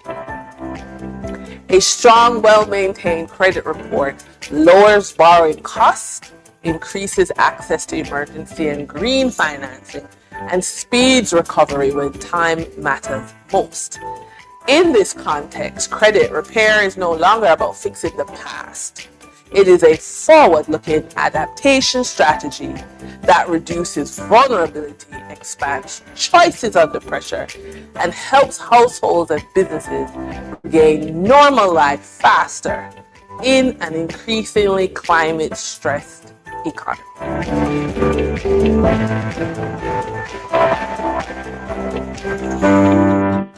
Thank you for stopping by and diving into Jamaica's incredible military history. In partnership with the Jamaica Defense Force, we've created this special online exhibition. Celebrate the courage, sacrifice, and heroism of our nation's defenders. Get ready to explore stories of bravery, proud moments, and remarkable achievements, all from the comfort of your own home. We invite you to immerse yourself in Jamaica's military heritage and discover the legacy of those who serve. Enjoy the journey.